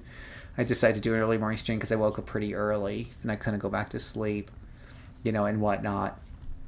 Now, I personally have no problem with her endurance, because again, I know I'm doing more than difficult. This is not default combat, right? This is cranked up combat. It's designed to push my character. So if I put this on default settings, I would probably hardly ever need to take a knee, especially if I'm not rushing anything and stuff. But yeah. Let's go ahead and try to take care of these guys here.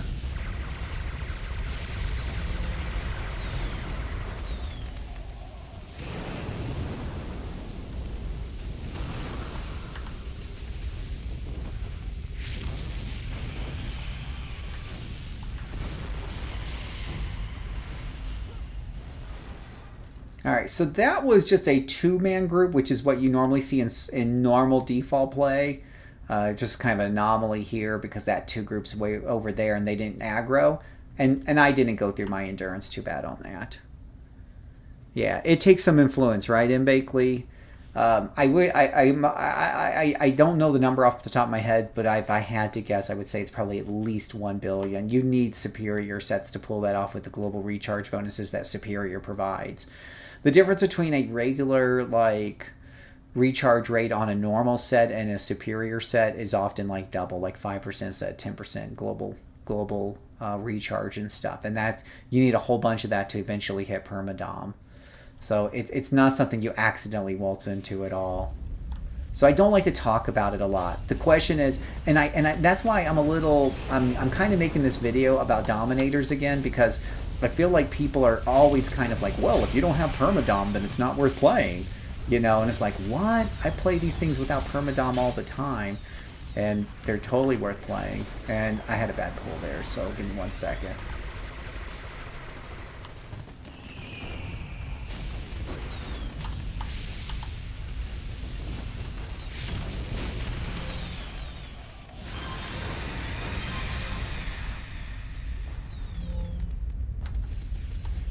Plus, by the way, this character has Consume, because fire is a thing. I didn't get much out of Consume because only 1 guy's left alive. Plus, yes, you still have normal domination that you can activate. If there was another group coming in after this one, I would use domination to get my endurance filled up rather quickly. So I'm not too worried about endurance on this character. At least 600,000 to 700,000 minimum. Yeah. I'll see if I can get a character to permadom. Yeah, and it's definitely nice. Don't get me wrong, because when you're, aside from all of your holds working longer and better, you got a lot of mes resistance when you're under domination, and you've got and the endurance bar, of course, is less of an issue. What do we have? 1 lieutenant by himself? That's it? Oh, can't remember the last time I fought something by itself.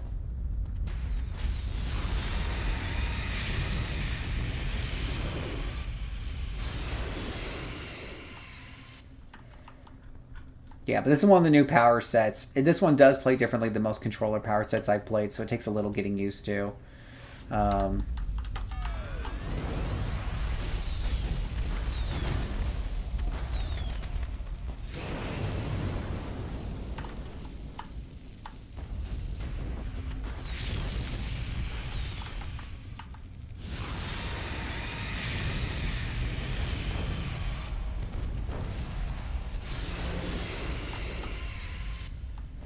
Where you going, princess? We're not done with you. Jiggly's not done with you yet. Jiggly wants to have a talk with you. Good Jiggly. Good Jigglypuff.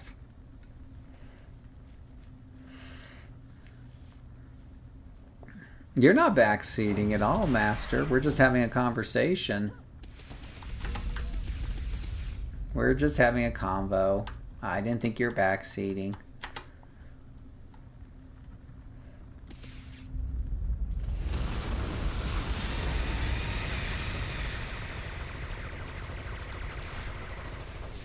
Kinda had a feeling there'd be a bunch of guys up there.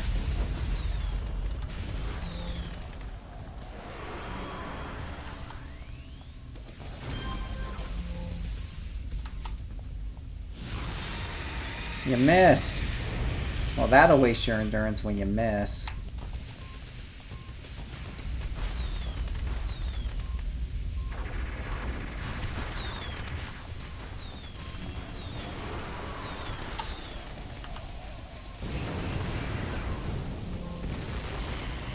I can't even tell what's going on with all these explosions and everything.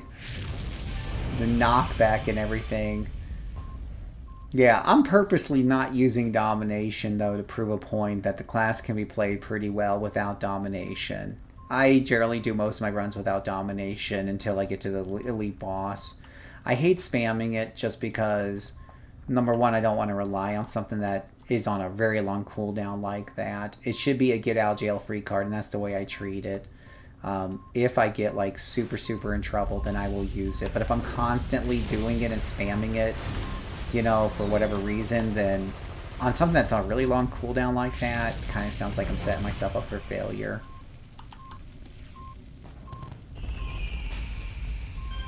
I swear one of these characters got behind me, but I don't know where she went.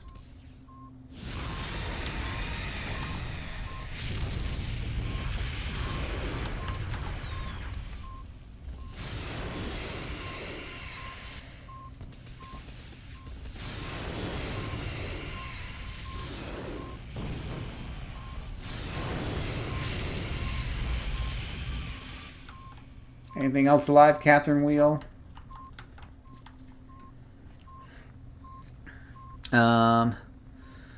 Some people have a min-maxer mentality to be able to enjoy anything. Well, sure, but I mean, how do I put this? Min-maxing is kind of part of the fun sometimes of RPGs, but the question is, do they only enjoy the game when they're at the absolute peak, which means level 50, all incarnate, or can they also enjoy min-maxing through the leveling process, right? Like, you know, if you're one of those people, can you enjoy the game at level 20? Min-max all you want level 20. Min-maxing at level 20 is a lot different than 50, especially for a Dominator, right? Because you can't get to permadom at level 20. So how do you play your Dominator through your 20s? Is there a way to min-max? Of course there is. There's a way to min-max any level. You can always build your level 20 person to be the very best level 20 they can possibly be. Can you build a level 20 character, for example, a Dominator that can handle ×2, ×3 I got my content set at ×2. I'm doing, you know, some of my missions are +1, +2 on top of that. I like to see how far I can push my Dominators. Now, I wouldn't say I'm a super min-maxer because I don't have all the ins and outs really truly figured out. And I play too much of different characters to be a real good master at playing any one particular archetype or power set combination. But I enjoy seeing how far I can push and the system mastery that I have gotten. And I'm, you know, happy with the fact that that most of my Dominators in their 20s and 30s can easily handle ×2. Some of them are at ×3. You know, so can some people enjoy that? Or can they only enjoy the game when they're at 50 with the absolute, all the incarnate powers unlocked, all of the permadoms unlocked?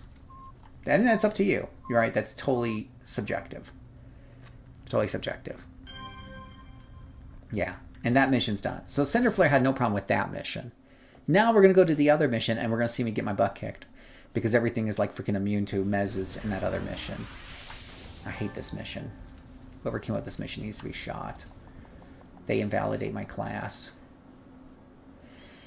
Yeah. Yeah, I wouldn't want to set as an auto power, Alex, because part of the benefit of it is an endurance boost. What if it activates when my endurance is already full? Sad face. Part of it is greater holds and stuff for overcoming bosses, right? It basically double applies the mez to make it easier to overcome the bosses. whatever it's called. So if I'm blowing it and it's on the cooldown and now I'm facing the boss and it's still got 3 minutes on the cooldown, what am I going to do? Fighting an EB with a Dominator at level 25. Is like having one arm tie behind your back.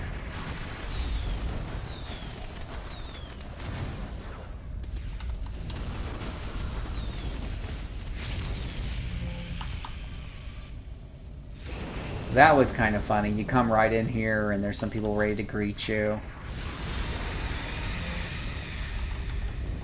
Okay, that was a little scary. Did you ever get your Dom perma? I personally, no, I've never gotten a Dom to perma. I've got only one level 50 Dom, and I need to sit down and spec her out. I don't think I have enough money to get her to perma. That's a good grief. Look at this mess. It's the level 50 mental Dominator.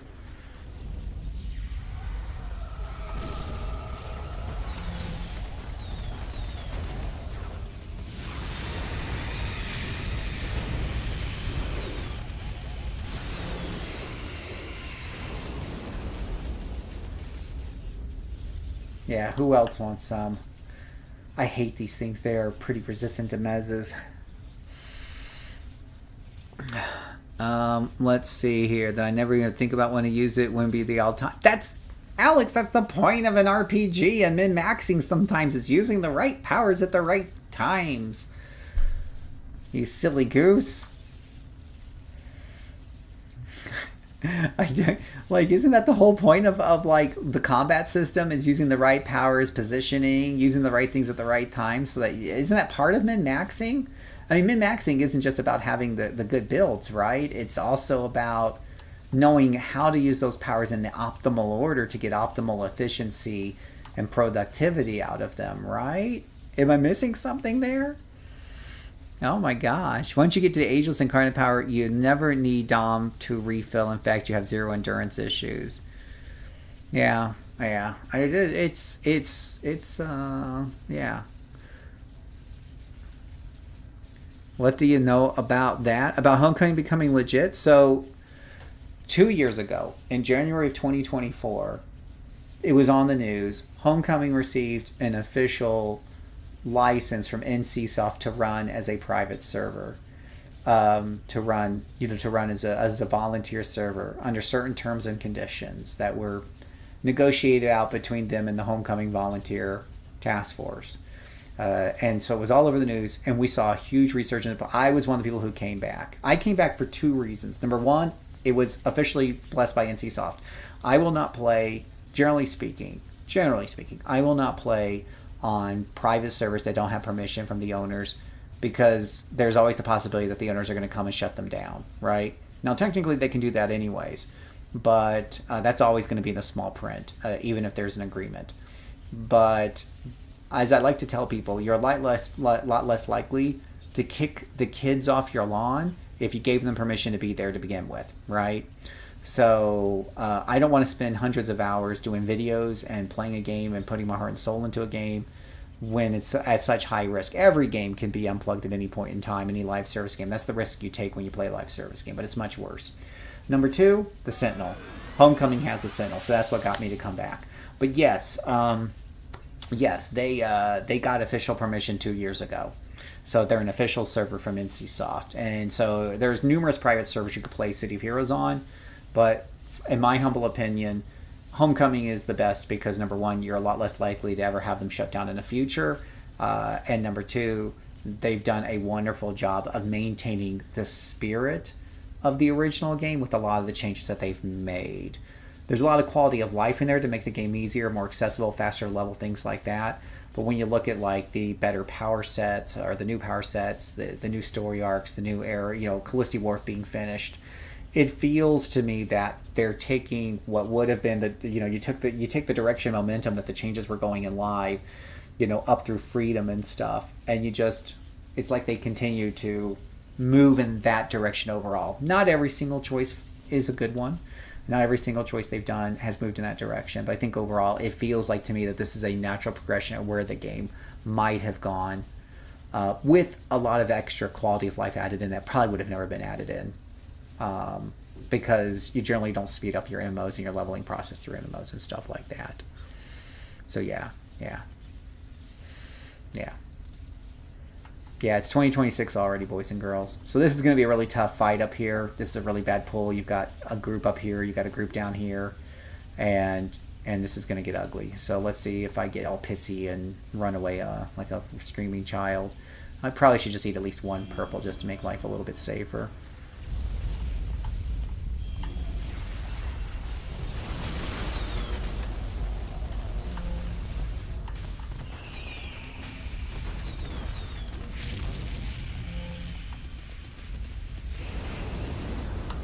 I hate Moo. I hate Moo. I hate Moo. I don't hate you, but I hate Moo.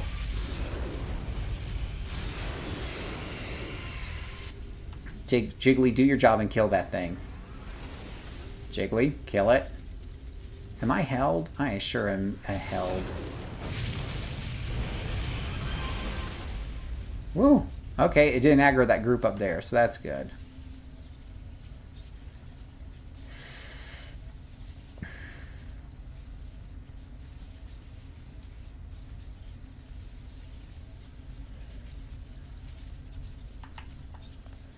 Hello, guys up there. What you doing up there? Waiting for a Dominator to come and dominate you? Of course you are.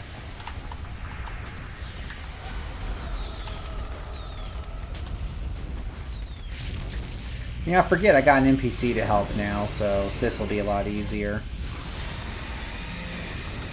Which is good, because again, these things can be a little mez resistant. Jiggly, did you even do anything to help there? Probably not, stupid Jigglypuff. 3, 2, 1, glittering column.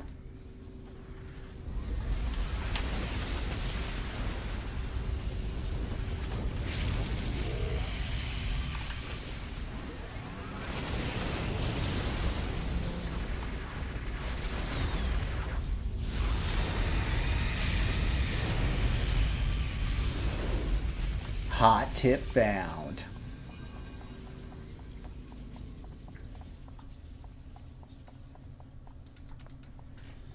I'm just going to knock out this mission because I want it gone off my list. But I love playing Doms. We're going to see another Dom after this. Oh, this is... I hate it when they're up a ramp. I can't see where to put things. And they're not in a great place for me to hit with AoEs.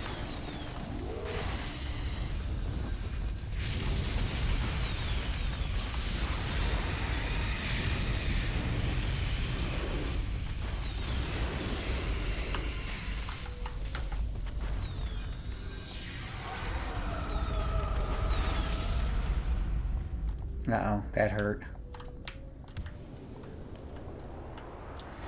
That almost got a little ugly there.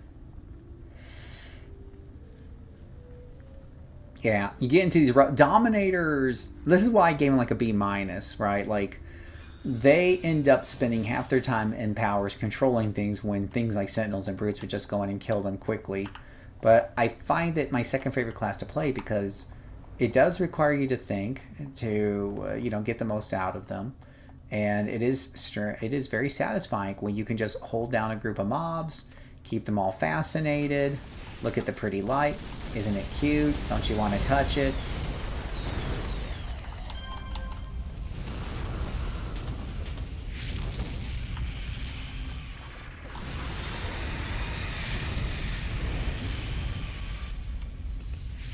And you wipe out an entire group and they never laid a finger on you. So that's always fun. Oh, you know what's really eating up my endurance too is this incendiary aura. So this aura here is 0.4 a second right now. It does dramatically reduce their chance to hit me, gives them a chance to blast off. if I'm close to them. And I generally have to get close to them to do some of that PBAOE and stuff. So it is something kind of worth having on. And if I look at enhancing it in the future, it is Incendiary Aura, I think it's called. Yeah, I probably need to put a couple of endurance reductions in on that when I level up again. So to be fair, that's probably not helping me out a whole lot. But I rarely completely run out in a fight, and I don't mind taking a knee once in a while. I'm a patient guy. I don't mind taking a knee.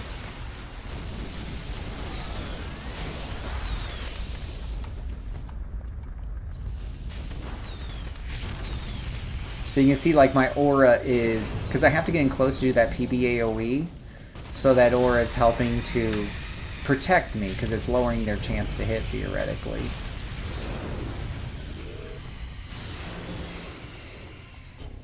Now one thing you can do, and I'll do it here once I get done with this fight. Great, now they're just jumping all over the place, aggroing who knows what.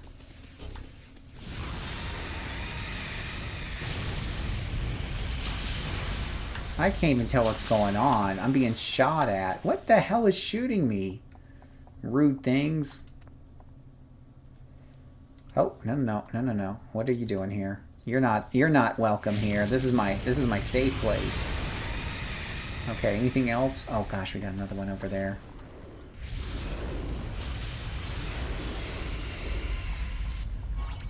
Oh gosh, he brought friends. Look, pay attention to Pretty Light there and ignore me.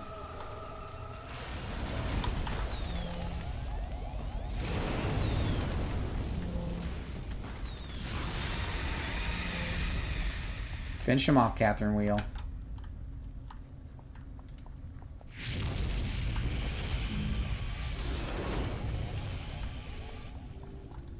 Okay. Whew. It often seems like I'm close to running out, or I do run out right when I finish them off, to be fair. That's pretty funny. You have a Dark Dom and a Mind Fire? Yeah, I'm going to show you one of my favorite Doms after I finish this mission. But to be fair, I have quite a few favorite Doms. It's my second favorite class. I just find it so much fun to play. Now, what's kind of interesting here is it said... Oh, I thought I saw it light up enemies on the map. That was kind of odd. Oh, I think it killed the Dignitary. I think they killed the Dignitary. That's funny.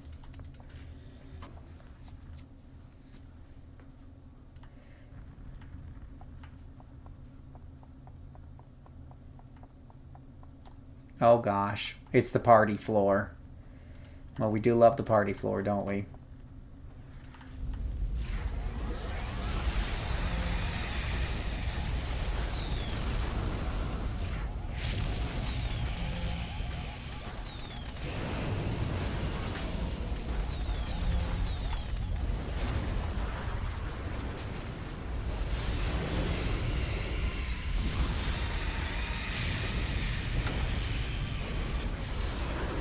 Boom, boom, boom. Look at that. That was beautiful. That brought a tear to my eye right there. It just tore right through all of them. That brought a tear to my eye.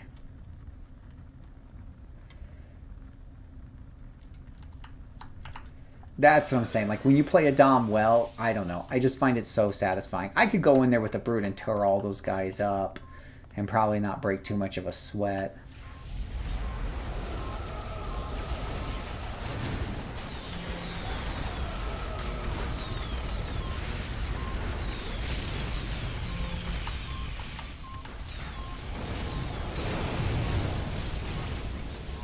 This is a really bad situation here, I think.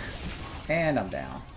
Yeah, I think there's stuff around that corner there that all just came out all at once, and I couldn't see around that corner. It was just too much. I'm really tired of this mission, though. This mission, man, I just wanted it to be over.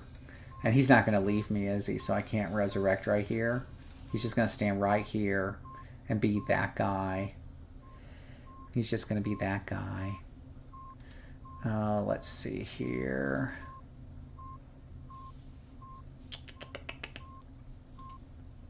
And those guys might be too close anyway, so...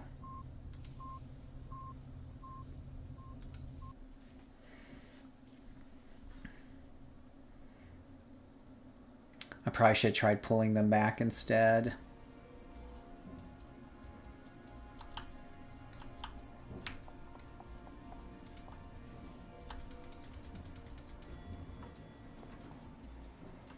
That's the thing, though. I mean, at the end of the day, DOMs are when you're soloing DOMs or controllers, but I think it goes a little bit more for DOMs.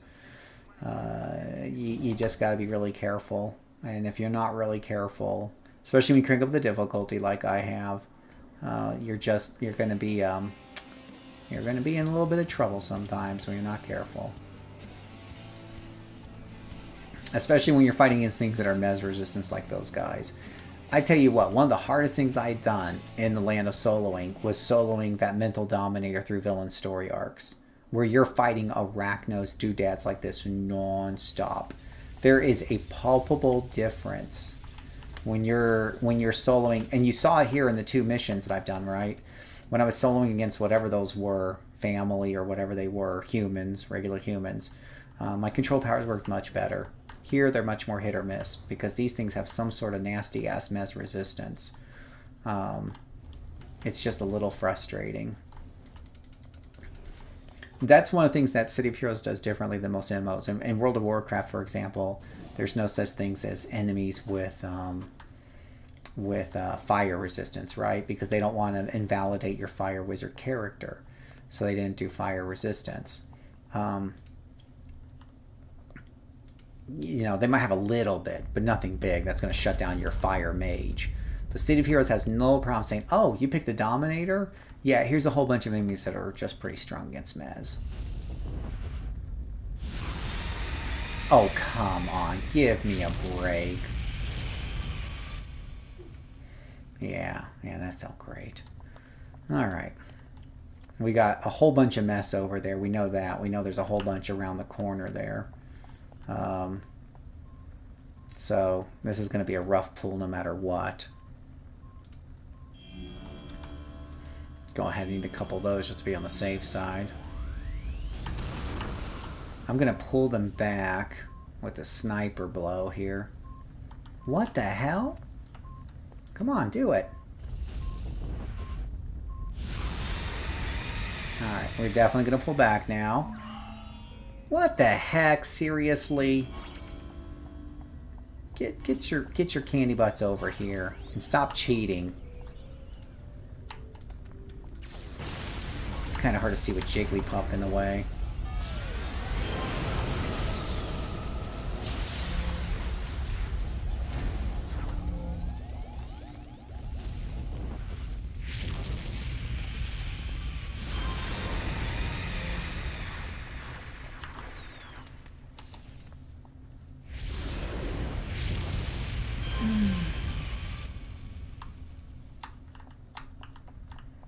Alrighty. Okay, so that was a good pull. We got like a good chunk of them down without, you know, getting overwhelmed. So I'll count that as a win in my books.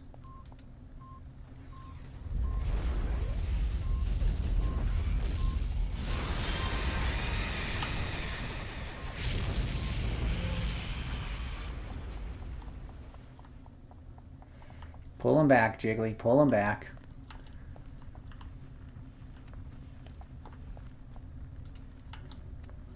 Did they run back away? Seriously? They ran back away. Oh, they ran far away. Oh, because I pulled them so far from their home spot? Nope, now they're back.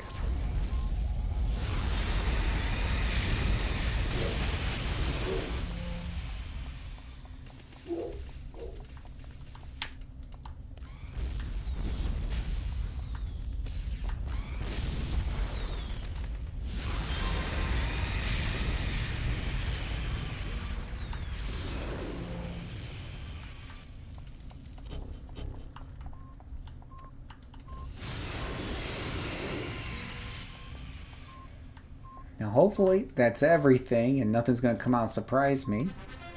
There we go. That mission's finally done. I never want to see that mission again. Ha ha ha. How you doing, Lurgo?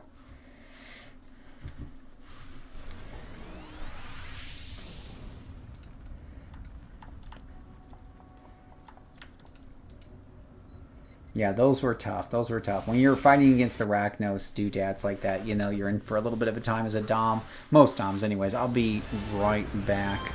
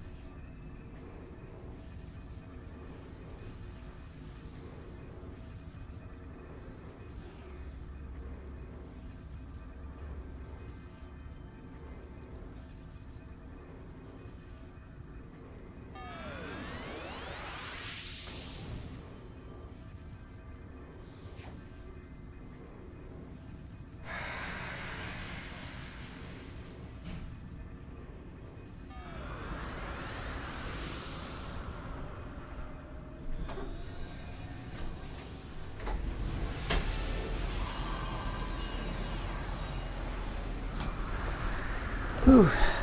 All right.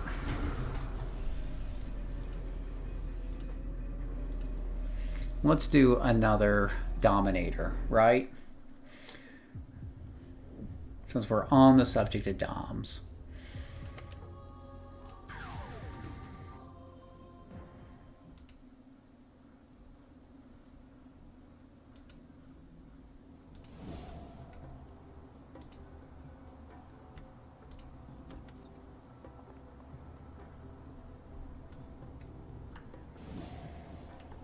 Oh, do we have any missions? We don't have any missions. Let's pick a mission.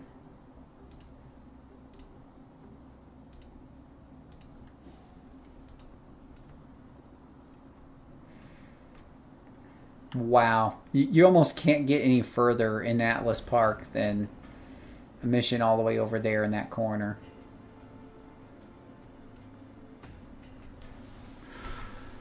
Ooh. Are any of you playing the new Arknights Infield? And no, I'm not sponsored. I'll never be sponsored. I think it's silly to be sponsored. I actually am asking for a friend. No, I've been playing a little bit of it with a friend. I'm kind of curious if everyone's been playing it. They have any thoughts on it? All right.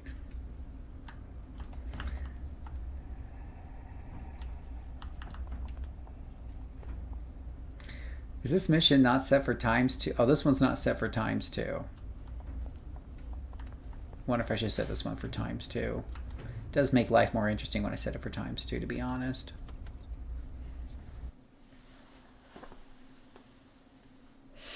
My other Doms are doing ×2. Why can't she do ×2? She's in the same level range.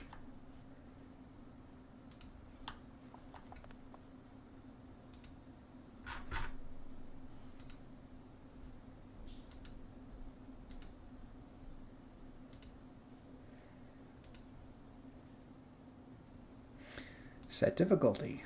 Team size 2.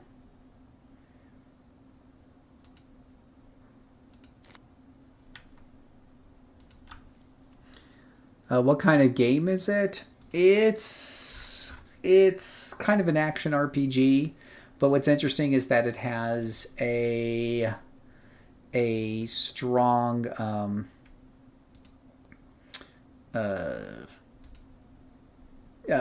production kind of thing to it. Very similar to Factorio, Satisfactory, Dyson Sphere, games that most people haven't heard of, where you build production facilities and the such.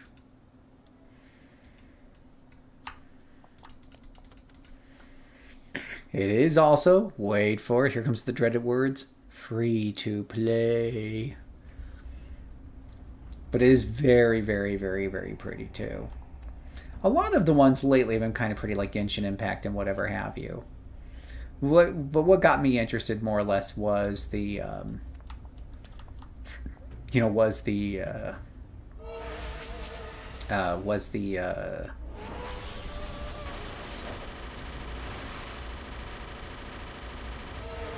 tower, or not the tower defense, but the production facility Factorio like mode to it. I don't want to run up there and hurt him because I'm afraid there's like a whole bunch more around the corner.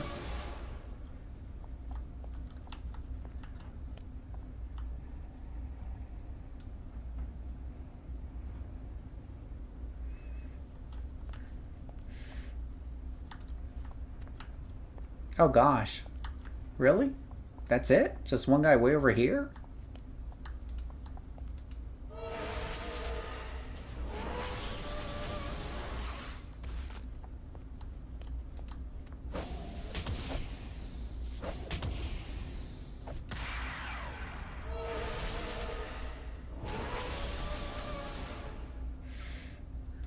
Guess I could do trick shot.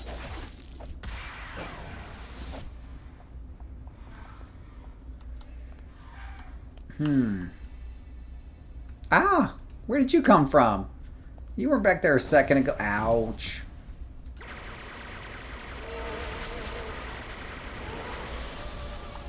Yeah, you cheater. Cheaty McCheater cheater.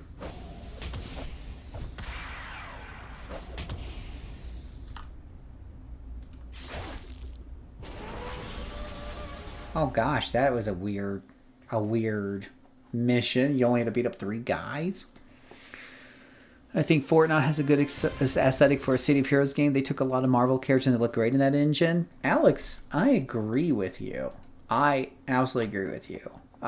Look, I think the look of like, the look of Fortnite gets a little bit of a bad rap. And I know that I was not a fan of the Fortnite look in Dragon Age Inquisition on one hand, but it wasn't because I didn't like the look of it. I personally like a little bit more of a cartoony style here and there. Look, I like most art styles. I like, on one hand, I like something that's more gothic sometimes. Sometimes I like things that's more cartoony. I watch a ton of cartoons. I like anime. I like the anime look. I got some friends who won't touch Final Fantasy XIV because they think it looks too anime, right?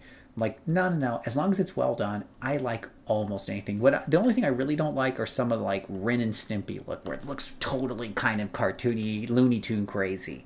That's probably the only thing that turns me off, and to each their own.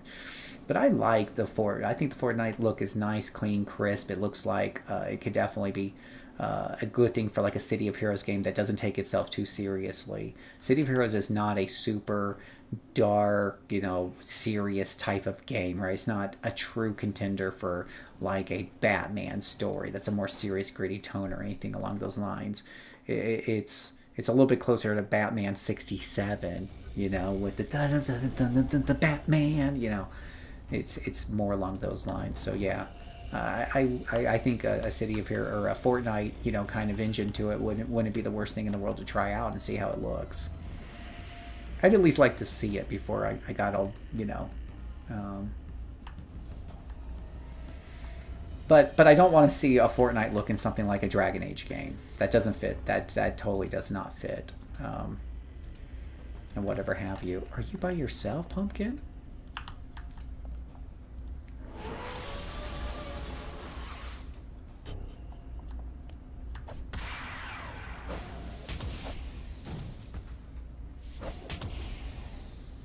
Well, that was a little too easy. I set this at times 2. I was kind of hoping for something more than 1 mob at a time.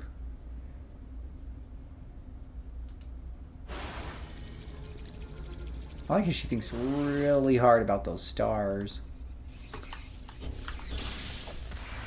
See, that's how you know you're not playing a blaster, when you do a sniper shot like that, and it only takes off like 1/3 of their health. Okay, my top targeting totally got messed up there.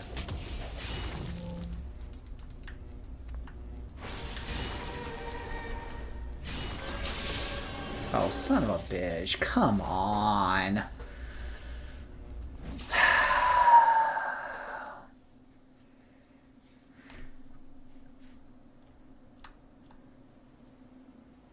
I have died more times in the last hour than I have usually in most 5-hour gaming sessions. It's just the weirdest shit. I don't even know where those guys came from. And I had them. I swore and pressed the whole powers, but nothing happened.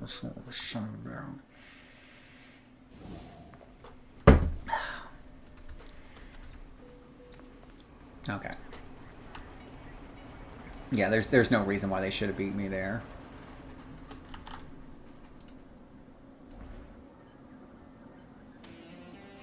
Do you remember, like, in the original City of Heroes, though, like, if you died, you got so much XP debt, it really did make you want to rage quit?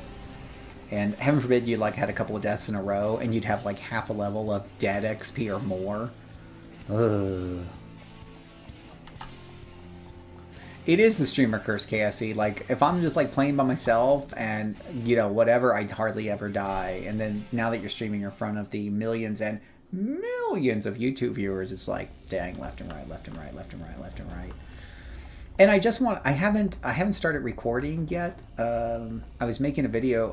I'm trying to record segments for a video about Dominators because I want to address the comments I constantly see from people like, oh, Dominators without domination are practically not worth playing, or they feel like weak blasters, which is completely untrue, and whatnot.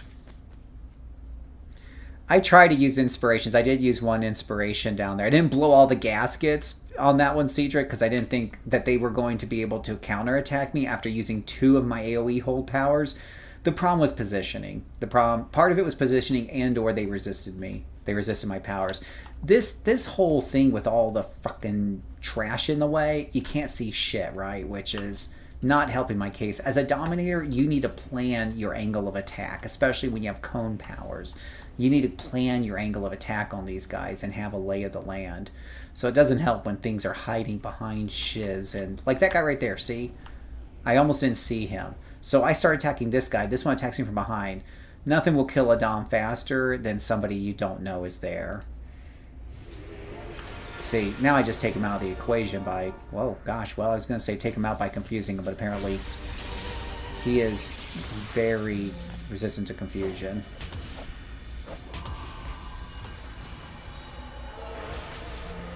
Are you still alive? What do I have to do to kill you? What the hell? Sweet mother of all that is holy in my entire life. That's got to be like the strongest minion I've ever seen. Now go beat up your friend. Yeah, good grief.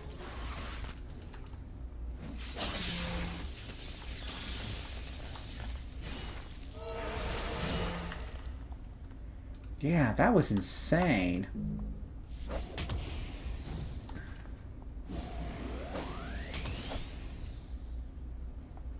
Oh my gosh. Did you play live all the way up to Shutdown? No. I played a few months when the original game came out. I played a few more months when City of Villains came out, and then I stopped.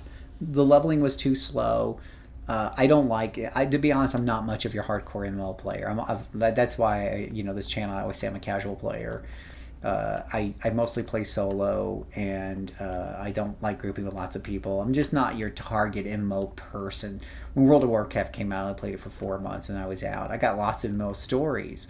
There's a lot of reasons why I enjoy playing MMOs, but at the same time, they don't hook me the way they would hook somebody who's actually part of a guild and has all that peer pressure to continue playing and doing lots of things and whatever have you, and whatnot.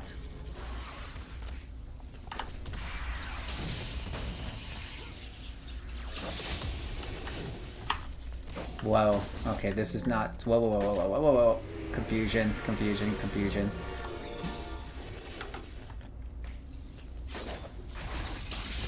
Wait a minute, where is my pet button at? Oh, just die already. Alright, do I have a second here? I do have a second here. Alright, let me rest for a minute and find out. Where is my pet button? This character has a pet.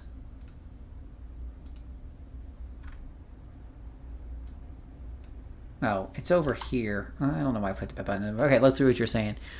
I'm not much of a squishy ATS stick to tankers and just waiting to think of it. I get I get to feel super and cheesy. Yeah, and to be fair, this is why I rank tankers higher than doms.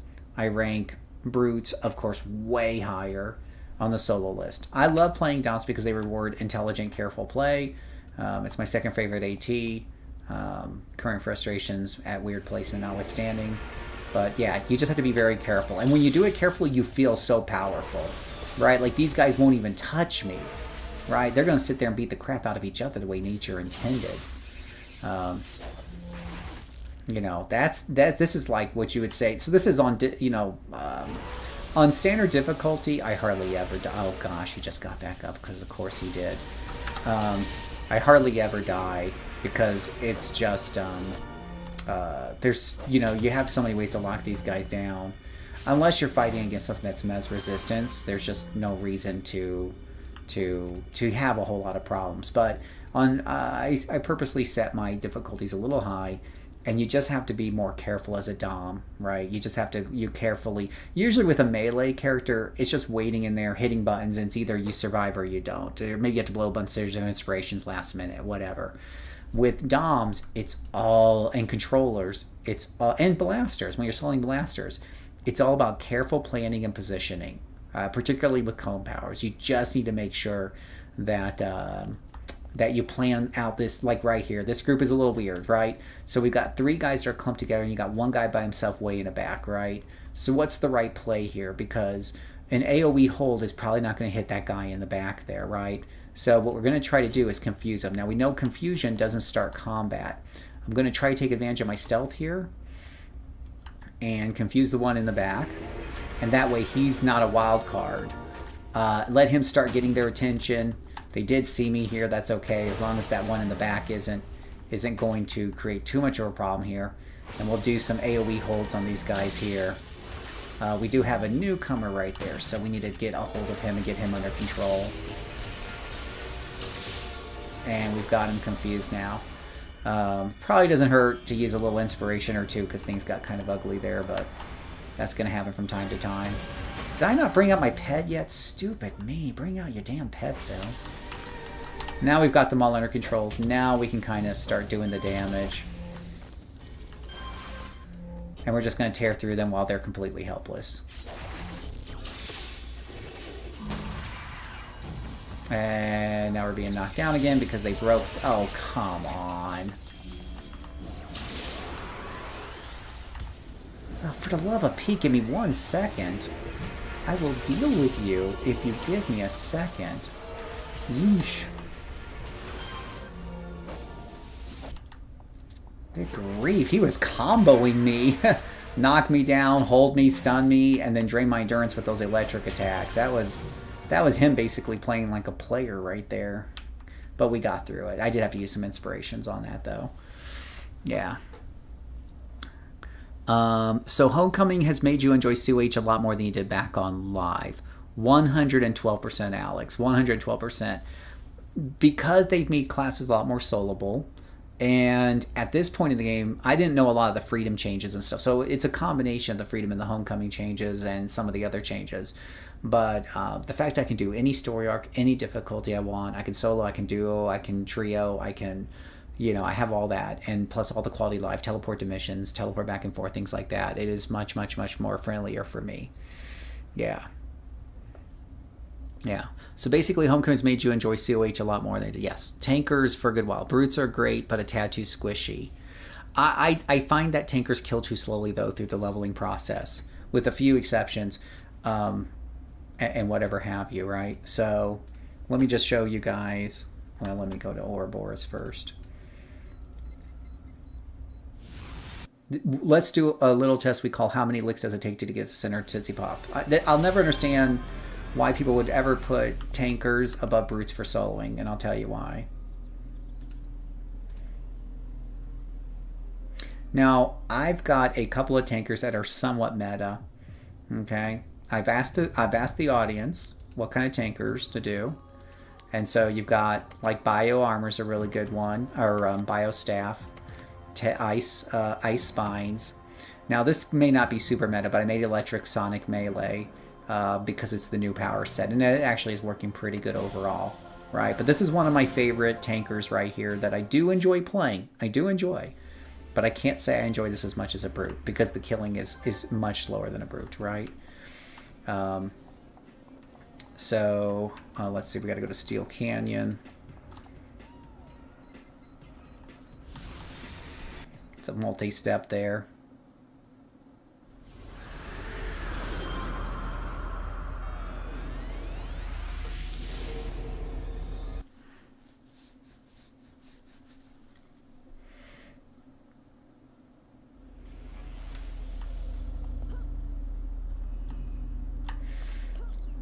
Now, through the leveling process, brutes are going to always be, even with the patch, they're always going to be behind tankers, right? Tankers' primary is armor. They get better boost, you know, out of their armor powers than brutes will. If you look in mids and you do like a level 20 tanker with, let's say, temp invulnerability, whatever the hell it's called, invulnerability, whatever the hell it's called, and you do a tanker and a brute with the exact same, you know, kind of setup, you'll see that tanker has 50% damage resistance, whereas the brute will have 40.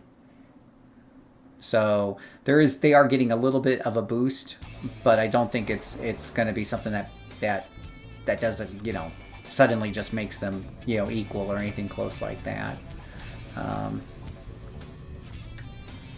Deliver. Oh gosh, do I have like one of those missions? Can I just have a mission where I kill things?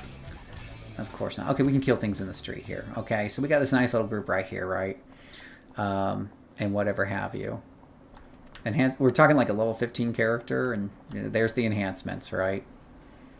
Those are your enhancements on level 15 character. I'm not too worried about the enhancements, but just know that I do enhance mostly for damage at low levels because killing speed is the big problem. Right, for me with low-level tanking. It's not necessarily, you know, how much damage I'm taking because I'm soloing a lot, right? Now, if I was making this as a team player character, I would be a lot more focused on defense. Mind you, we're using bioarmor, right? So if we go ahead and we switch to defense mode, we could probably get some better stats, I would imagine. Whoops, there's defensive adaptation. We would get some better defensive stats, right? But we're playing offense right now because we need to kill faster than 2 miles an hour. Okay, so I'm gonna see if I can pull this one away from the rest of them so I don't have to fight 4 if I don't have to. Come on over here, buddy. Now this is a minion here.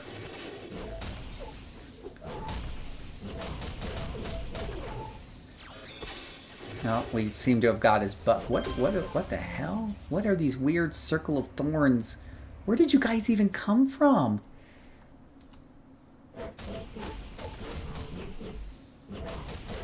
Who even knows where these guys are coming from? Come over here, buddy. I have no idea where you came from, but I know where I'm about to send you.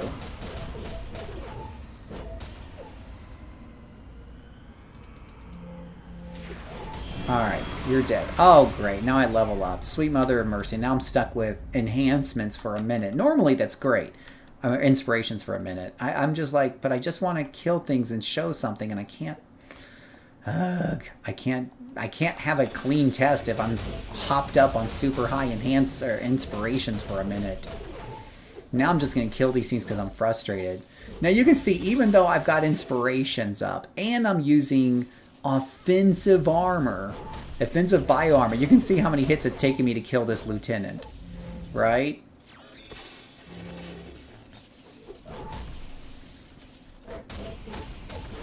That was with, what was it? Freaking rage enhancements or whatever, inspirations right there, right? That is a 50% damage bonus. With a 50% damage bonus, that took me 8 hits. Yeah. Yeah.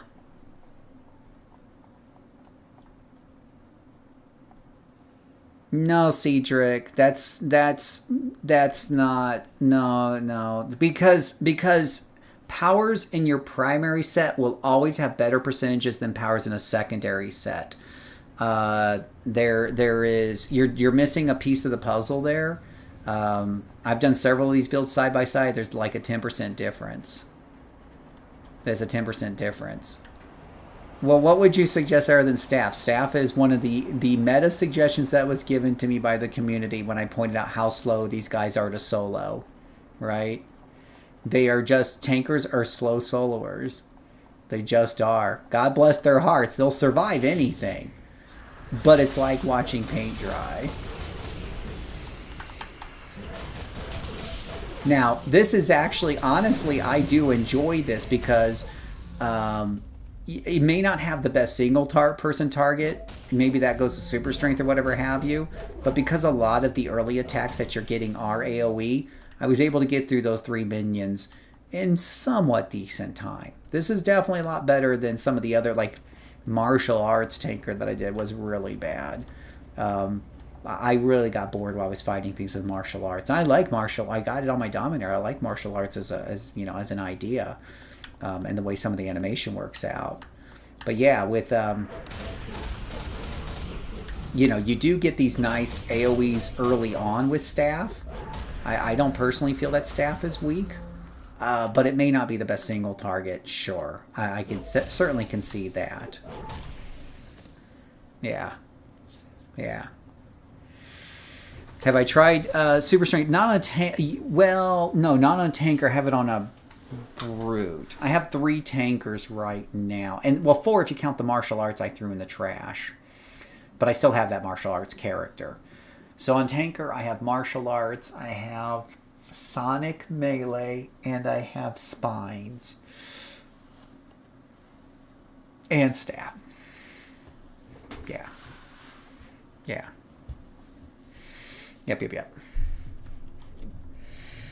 Now, if you compare that with, let's say, a brute, it's not even close. Like night and day, much better damage on a brute. And goes through solo a lot better.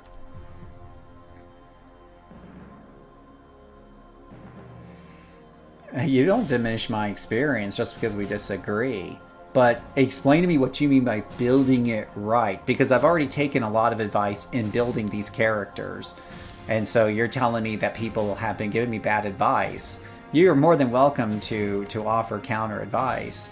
But generally speaking, we're talking low-level play here, right? Which is where this is my playground, is low-level play. 15, 20, 25, 30. Not 50. I'm not talking about level 50 builds. At level 50 builds, I'm sure you guys have got... There's a homogenization of the archetypes that I don't much care for that takes place once you get in the 50s and incarnates and all the supersets. And that's a whole separate discussion that I don't want to get into right now because it's getting us off point. But when we're talking level 15, 20, 25, the thing about those lower levels is there's not a whole lot of ways to build them aside from putting a couple of reds and a yellow in there for SOs, right? Like, there's not a lot of other deep building strategies going on there. Take your offensive powers. If you're complaining as a player that tankers are killing slowly, make sure that you take your offensive powers as soon as possible and make sure you slot them for damage. There's not a lot of other deep advice to go beyond that. Yeah, there's not a lot to do beyond that. And when you get into your 30s and 40s, your low 40s or whatever have you, it's not like this improves a whole lot. I'll get an extra slot. I'll get in a couple extra slots. I can put in some more reds, maybe a recharge here and there to get better AoE for it to pop more often. But until you dive really deep into set bonuses, which can, some set bonuses can increase your damage a little bit more. But keep in mind, of course, the enemy's hit points are increasing at the same time as you go up in levels. So, yeah. But and then you can get into things. You can also get into ancillary power pools and things like that, epic power pools and stuff like that. Yes, tankers absolutely do shine on teams. If I was doing it, so when I did the tier list based on solo play and leveling through 1 through 40, I put tankers at the middle of B tier. They have great survivability, but watching them kill, especially bosses, because eventually you have to fight elite bosses. It's a thing. It is so slow. The damage is just... So to me, it takes away a lot from that experience. Now, it doesn't mean it takes away for you. You might be more patient. I'm more patient about taking these on my Dominator, and some of you are like, oh my gosh, you keep running out of endurance. It's driving me crazy. Everyone's got their thing. But for me, it was slow enough. And it's not just me. I hear a lot from new players. They want to come into the game and they want to build something like Thor and Incredible Hulk. And Brute sounds stupid. They don't want to make a dumb Brute, so they make a tanker. And then they try to go solo or duo that tanker. And they're like, wait a minute, it's like hitting with a wet noodle. The health bar only goes down a tiny bit with each chunk. And the first thing I'm always going to ask is, did you put your slots there? Did you put a couple of damages there? Let me look at your enhancements. Sure. Because if you don't have 2 reds in your attacks, you're missing 70% of that damage from that power right there like that. So let's make sure we get that in there. Absolutely. But it's just that they do significantly less damage. And the problem at low levels through most of your solo play isn't your defense. It's usually your damage output. Yeah. So, whatever have you. So, well, you've been staring at this one tanker build here, Cedric, for 3 minutes while I've monologued. What is so wrong with this build here, bud? What is the secret sauce on this build that I'm missing here? What am I missing there? Educate me, please. Yeah. But yes, on teams, now if I was doing a ranking of leveling through 10, 20, 30 on teams, and which then you're going to see, yes, tankers are like A+. No one tanks better than they do through the lower levels. As I mentioned before, their armor is significantly higher than a brute. And they got better taunting. So you're going to be doing whatever have you. So, Cedric, you can't sit there and say, hey, my advice is to go read forums and figure out the perfect build. And mind you, I'm talking about the archetypes as a whole. So I kind of feel like if your solution is just this one niche build, that doesn't cut it for me. We're talking about the archetypes as a whole and where they place in. So if you got a new player coming to the game and they're like, Phil, what's the best classes to solo? I get that question all the time because I want to solo. Now I also get the question, what's the best ones to team up with, to play in teams. And then, of course, tankers is one of the top first things I say if you like to be a tank. But when it comes to soloing, I'm never going to recommend a tank over a brute because of the killing speed difference, right? It's huge. It's to the point where, like I said, for some people, it's a huge disconnect because it kills so slowly. So look at this build here on the screen. This is a generic tank, right? Electric Sonic Melee. A lot of new players coming to game are going to build off of concept. The thing is, if they build a brute, they can pick any power set and they're going to rock. Now, certain power sets might rock more times than not, but most people don't care about that. You might. But a lot of new players don't care. They just want to go in there and be able to dominate and feel powerful. And default settings. They don't even know how the settings work. So I know they can build any brute, any sentinel, any mastermind, and they're just going to rock. It doesn't matter what power sets they pick. Now when it comes to Dominator, which I rank lower than Tank, you have to pick decent power sets. Corruptor, you got to pick decent power sets. Whatever have you. Okay? Yeah. The killing speed levels out at 20? What level is this character? Is he not like 20? He's like 18. He's exemplared at the moment, but he is something. He is 17. So the other tank that you saw was 20. I have a level 40. That's martial arts. That martial artist is nowhere even close to a brute. And the thing is, here's the thing. The arguments are along the lines of all things being equal.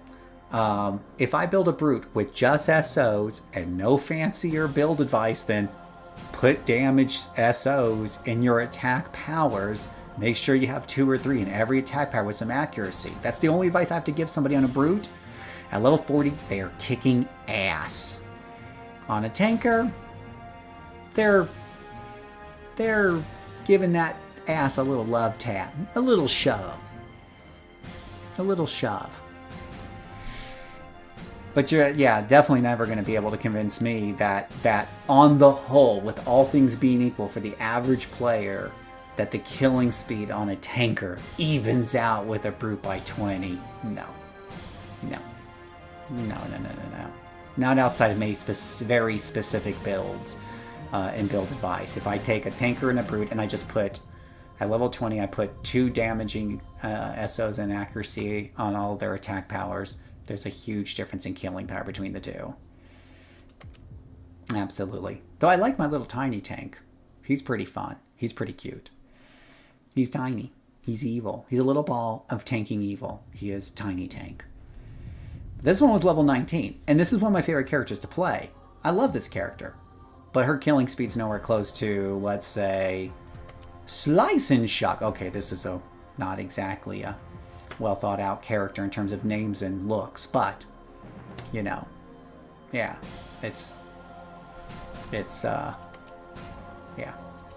yeah. When it comes to these things, they're not even close.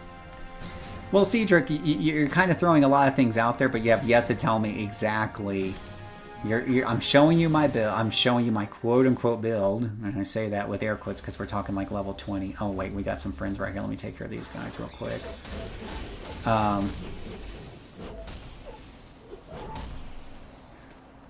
here, buddy. Come and get it. Stop running away, you evil little monster. Come here. Oh, great. Now he's out of taunt range. Anyways, he's going to come back and bother me while I'm showing you enhancements. But there's the enhancements right there. What is so messed up about this? That it's gimping its damage incredibly. Show me. Peel the lens off of my eyes, the contact lenses off of my eyes, and tell me what is missing here.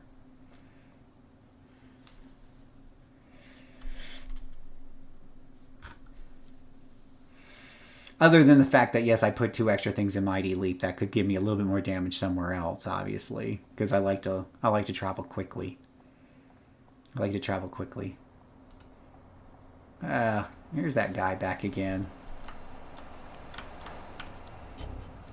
Wow, he's walking really weird.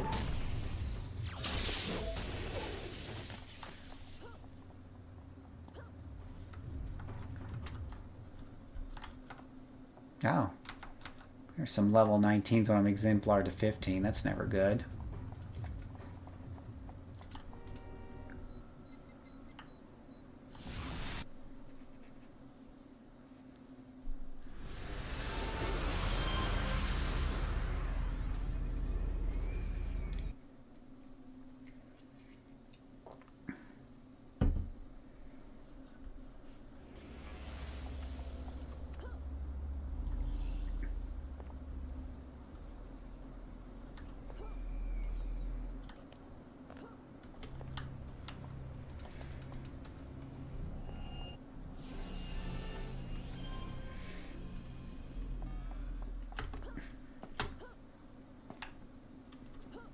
I think I've been working her slowly through the old Positron story arc here.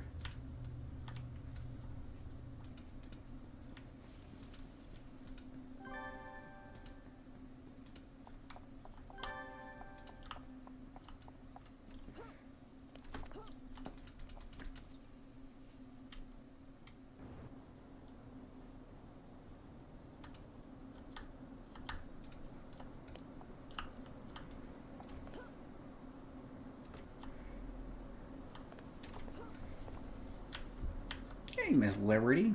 What you got for me today? Ooh, a new power. Yippee-ki-yay. Staff Mastery. Let's see. Ooh, toggle powers. That sounds like. Let's see here.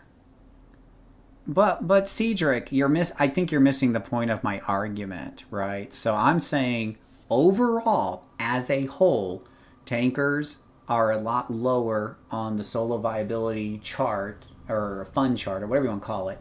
They're less engaging for solo players than brutes, primarily due to their lack of damage and taking so long to kill lieutenants. I've got three different tankers here. I can show you each and every one of them, and these are some of the better ones I've done, and they take around 6 hits or so to get through a lieutenant. A brute takes like half that. Right? Now, a brute doesn't give up a lot of survivability, It gives up some, but it doesn't give up a lot to do that across the board. Now, if you're going to sit there and go, but there's this one specific build, this one very, very narrow build, that if you just build this way, he can kill as fast as a brute. I can't. I don't know every build that's out there, so I'm not going to argue with you that such a miracle build does or doesn't exist, because I don't know everything that's out there. But my point is that overall, if a new player comes to the game, or I come to the game, when I build a character, I don't like to build just for meta. I want to be able to pick power sets that match my power fantasy. When I build a brute, they always feel great. Almost always. There's very rarely that I pick a brute, I'm like, ooh, this is just like, man, it's taken me 8 hits to kill an enemy now because I picked this weird power set combination. Ooh, it's taken me 10 hits to kill a lieutenant now because I picked this weird power set combination. With brute, they always kill quickly, and they always have good defense or resistances, no matter what I pick. Just about. There's very, very few bad choices you can make with a sentinel, a brute, or a mastermind. They're very, very solo viable and through the leveling process. With tanker, you can't pick a tanker that doesn't have good survivability through the low levels. Every tanker has good survivability, just about. It's not a question of survivability, unlike blaster. But the question in solo is, how well do they kill? Can they get through a lieutenant in a decent amount of hits so someone's not going to fall asleep or run out of endurance trying? You know? So the question is there general advice that you have for me? Because you're looking at my builds. I'm showing you the build. Are you saying, oh gosh, gee whiz Willikers, you didn't put damaging enhancements in there? Well, yeah, if I didn't have damaging enhancements and I was bitching about, how fast something kills, I think you're right. That would be a good piece of advice you could give me that would instantly make all my tankers kill better. But chances are, if I'm doing something wrong in my build or my playstyle, I would be doing the same thing on the brute. But I'm willing to hear out in case I'm missing something.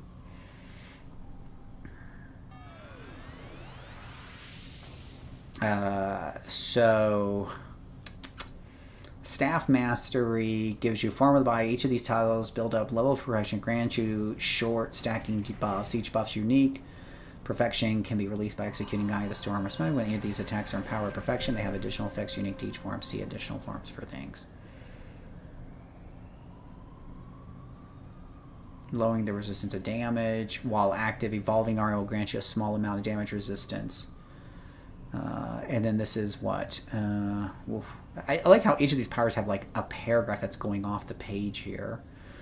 And whatnot. So that's always good. Let's see here. I mean, all of these powers look pretty good. Whoops. All these powers look pretty good. But I think I want to go for the Staff Master because I never tried this before, so I'm really unsure exactly how good or bad it is, but it is part of the selling point, I think, of the staff is the fact that it's got the different forms, which, along with the different forms of the armor, should combine to be interesting. So,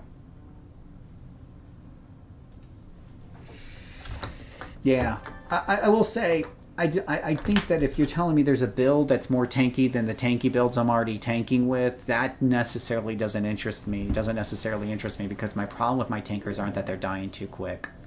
My problem with the tankers, as an overall rule, is they don't kill fast enough. Now, for me personally, these 3 tanks I built are now crossing the threshold to what is fast enough for me, which is 6 to 8 hits for a lieutenant usually is okay enough for me to be happy.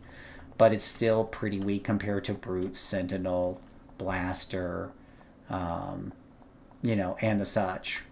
I mean, hell, on a Blaster, I can kill a lieutenant in 1 hit. Now, it's not all about speed. Right? 6 hits is fine for me. But if you're telling me I give up a little bit of the defense, which is kind of an overkill on a solo tanker for most of these missions, to kill things twice as fast, that's why I put Brute so high, because it's an easy trade-off. Yeah. Well, and here's the thing, Alex, that's true. But here's the thing. What's happened, you're right with the design philosophy about heroes being more team-focused and brutes being maybe a little more jack-of-all-trades, which makes them more solo-friendly. But what's happened with the buffs that have happened through the years, certain classes have become more solo-friendly than others, right? So and this is just my hot take opinion, but blasters went from being one of the worst classes of solo, in my opinion, to one of the best classes because they amped their damage even more, and they hit that critical mass of finally being able to kill most enemies before they even get to the blaster. In solo play, I can kill most enemies before they get to me.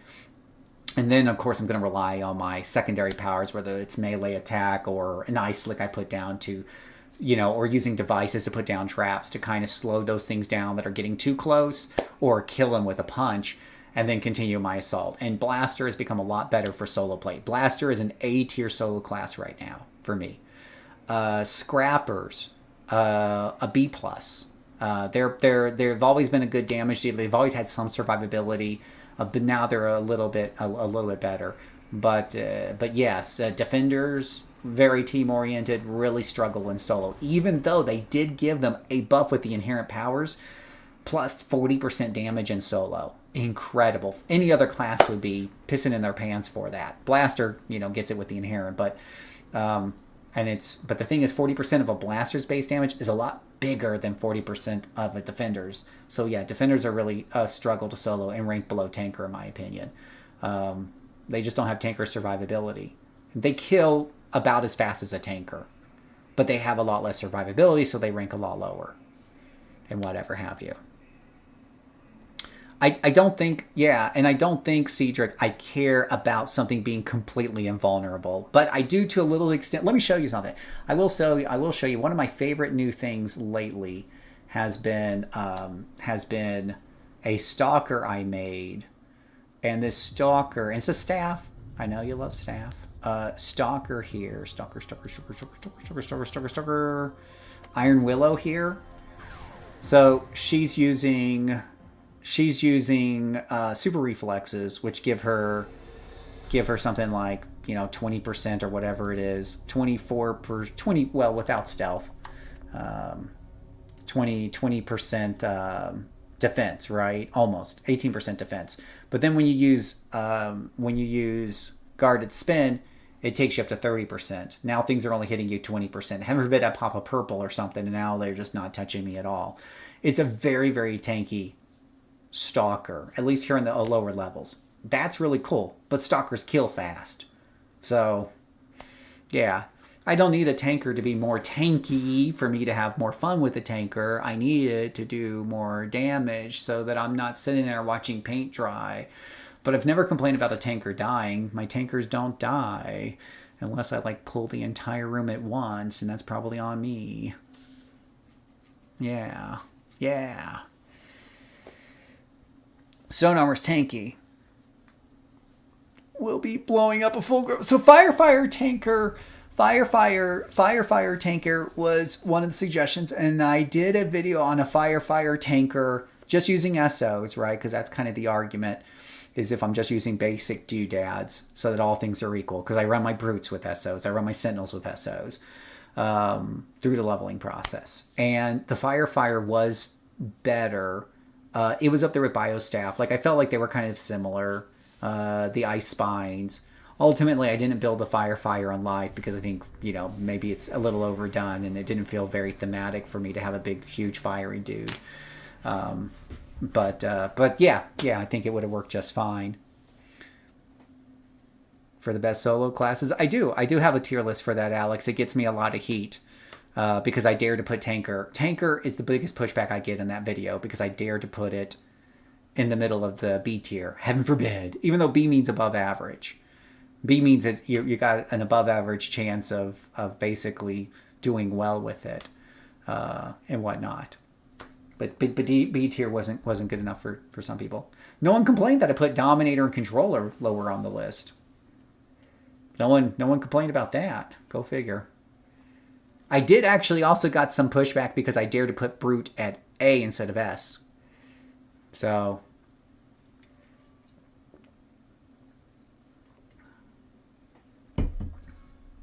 yeah, it depends on what. Yeah, if you like having 10 around you and watching them slowly die, then sure, that's fine. You do you.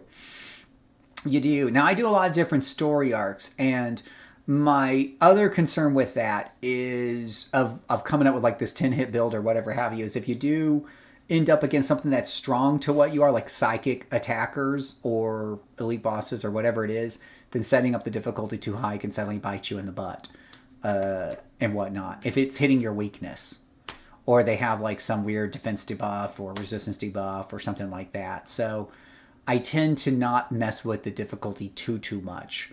I will usually put it... This character is probably the fastest I've ever pushed difficulty on because it's been so good. I put it on ×2 at level 8. She's now level 12. She levels very quickly. But, yeah. This one's been handling pretty well because, you know, she's got pretty high defense. And since it's staff, you're getting a little bit of AoE that you don't normally get this early on a Stalker. So, kind of makes me wonder. Build up Eye of the Storm. So Eye of the Storm, I think, is AoE. So she's got 2 AoE attacks, which is twice as many as most Stalkers with staff. So this might be a Stalker that actually does some decent AoE once we hit that up with some recharge and stuff. I don't know what their what the cooldown on this thing is like. Well, this is only 10 seconds on guarded spin. 8 seconds. So, yeah.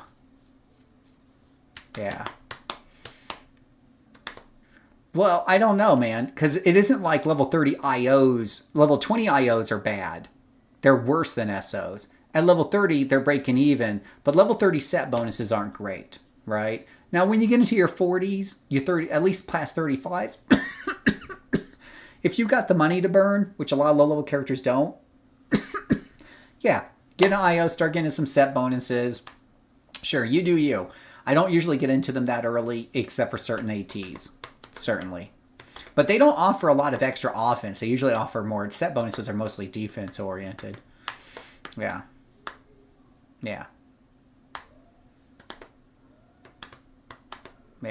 So I got to get... It's been a great conversation, Cedric and Alex and stuff. I do have to go grocery shopping. We have a Discord server. You're more than welcome to join and continue the conversation. I can join and talk to you on voice because I can drive and talk. I got to go grocery shopping. I can drive and talk at the same time. But I do have to go grocery shopping. I need food and whatnot. I'll probably be streaming later on tonight. If you guys are around tonight, let me know. Be happy to chit-chat some more about it and whatever have you. But thank you so much for the good conversation and the back and forth. I always appreciate it. It keeps things moving, keeps things interesting and whatnot. Cedric, if you can make a character that like solos and kills everything at level 5 or 12 or 20, whatever, I probably wouldn't want to duo with you because you would just blow everything away and I'd be your backup singer. So I would bow to your awesomeness and then I would tell you that I'm going to go solo again. So yeah, it's why I don't normally like to duo with somebody who's like a level 50 exemplar and down, because with the tune sets and everything, you're still super powerful and I'm basically your backup singer. And I also don't like to do that to other people unless they're specifically asking me to carry them, because I don't want them to feel like a backup singer. If there really truly is like this super level 20 build, like you're legitimately level 20 with only the few slots that level 20 gives or level 30 gives. That's the other thing about the set bonuses level 30. You don't have a lot of slots to work with, so you're not getting the higher end set bonuses even from having full sets, but whatever. But if you've unlocked the secret sauce to super, stardom and whatever have you, then I would just let you. If you're a one-hit wonder, I'll let you one hit. Yeah.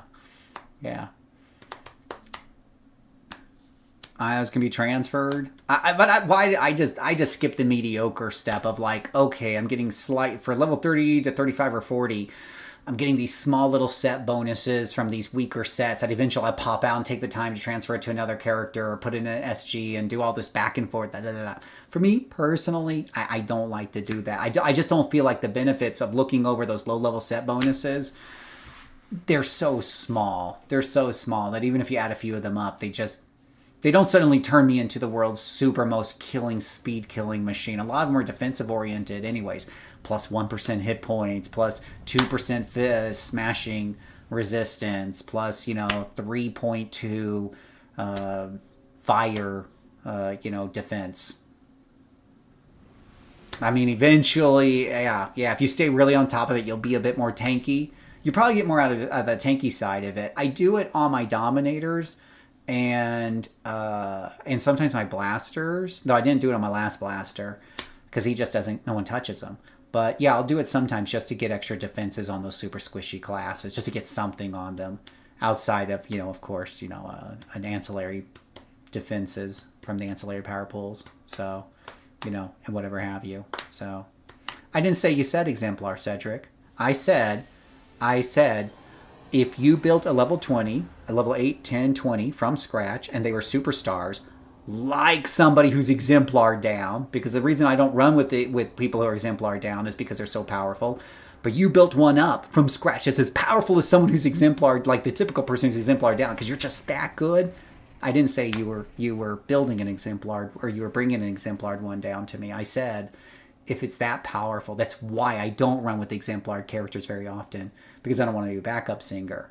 I said if you build something so good that it is, similar to my experience with running with exemplar characters where it's blowing everything away on its own, I probably wouldn't want to run to you. I would bow to your building wisdom and I say, great job, here's your pat on the back, and I let you play because you made something that is super, super good. Again, I don't discount the possibility that there are super builds out there by level 20 you're doing. Plus, of course, there's min-max or theory crafters who've cracked that code a long time ago. I have no interest in looking those up and playing those for myself. I like discovering things on my own.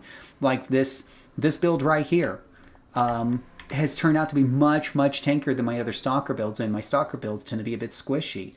This combination of staff and its increase in defense with that one move, stacking on top of super reflexes, has been highly effective in me being able to put this to plus times 2 much faster than my other characters. I get the satisfaction of knowing I stumbled into it, I figured it out, and no one handed me that solution. Some of us like to, figure things out on our own. I'll ask for general advice from you guys here and there, like, what are your thoughts on this? What are your thoughts on that? And things like that, and whatever have you, and whatnot. But Cedric, what I'm looking for from you, and I'll ask you one more time, what I'm asking for you, you saw my earlier tanker builds and whatever have you, and it's not too much different than my stalker build here. What about my level 10 builds in general? Can you give me some general advice? Like maybe your general advice is, Phil, what you need to do is pop in a third damaging enhancement there and get rid of the accuracies. Or Phil, you need to take ancillary this because you need to take assault from the leadership pool because it increases all your damage by this. I do it on all my tankers. Do you have some general advice that apply to all tankers? Or is your only answer, there's this one specific build right here on the forums, this one specific build, this one specific tanker is better than all the other, and he fights as well as any brute? Maybe I'm not disputing that doesn't exist. The question is, can you give some general advice here? Is there general advice that applies to all tankers to bring them closer to what a brute can do? Or general advice that you brings them past brute or up to brute or whatever? That's what I'm looking for. I don't really have a lot of interest in finding one specific build on a tanker that blows away 10, 20, 50, 80% of brute builds or matches them in damage. One specific build doesn't interest. I'm looking for general concepts in building that could say, okay, this will close the gap between the two, so whatever have you. That's what we're looking for. General overall advice that we can put out to people. Make a video about, here's some general advice. I did this on controllers recently about taking Arcane Bolt. Is an easy piece of advice that applies to almost any controller that will instantly double most controllers' sad DPS. It's not too hard to double 3 points of DPS. And that's what Arcane Bolt does. And there's reasons for that. And I go through that in my video. And it's a general piece of advice that works for nearly any controllery thing that's out there. I still keep them kind of low on the list because it's not a kryptonite that solves all the problem. Yeah. Wait.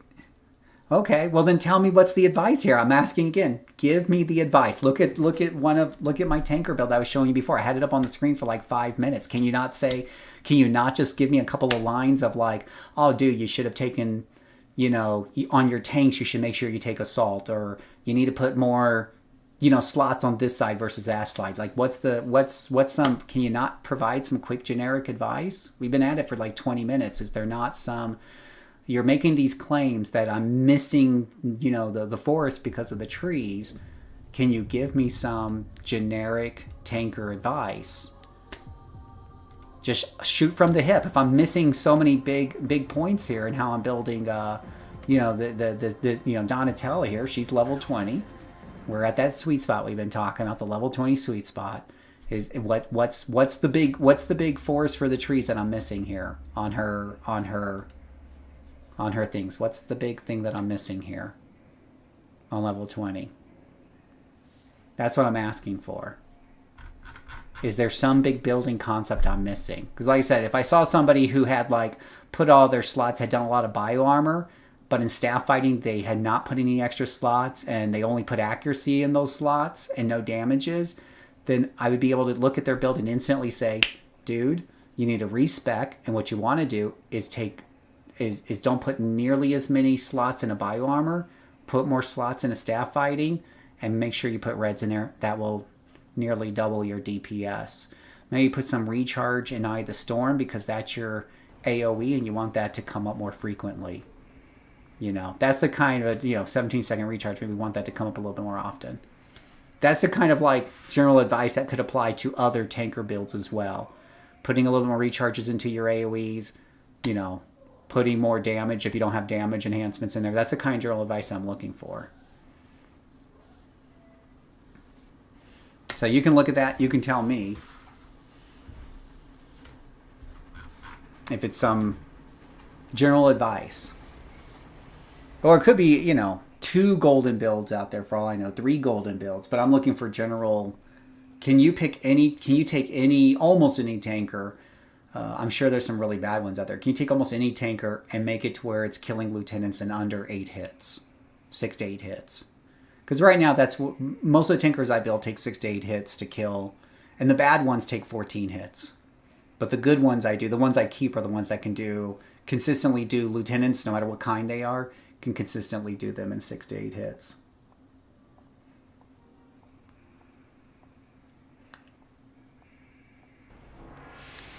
All right, so Mighty Leap, yeah, I'm always going to keep Mighty Leap in there because I have that on my brutes as well. So that would be part of my argument. Part of my argument comes from the all things being equal.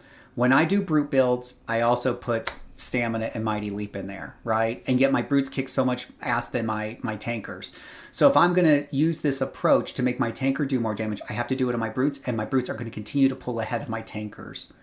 Would be part of my example. I mean, it's decent advice. And to be fair, like I will tell people when I give what little build advice, I always say I'm not an expert. I always say I'm stupid for putting points into Mighty Leap. Stamina, generally speaking, you want to take attack over stamina. But the thing is that third slot, if I put a third slot, what am I going to put in here? More enhancement or more red enhancement. But I'm getting to a point of soft capping, right? So I'm getting diminishing returns by putting another red in there. But yeah, maybe if I take those 2 slots out and put little reds in there, I'll get a few more extra points of, a couple more points in there. Sure. Panacea procs is getting into expensive and non-SO enhancements. So once you start getting into procs, again, I would have to do that for my brute as well.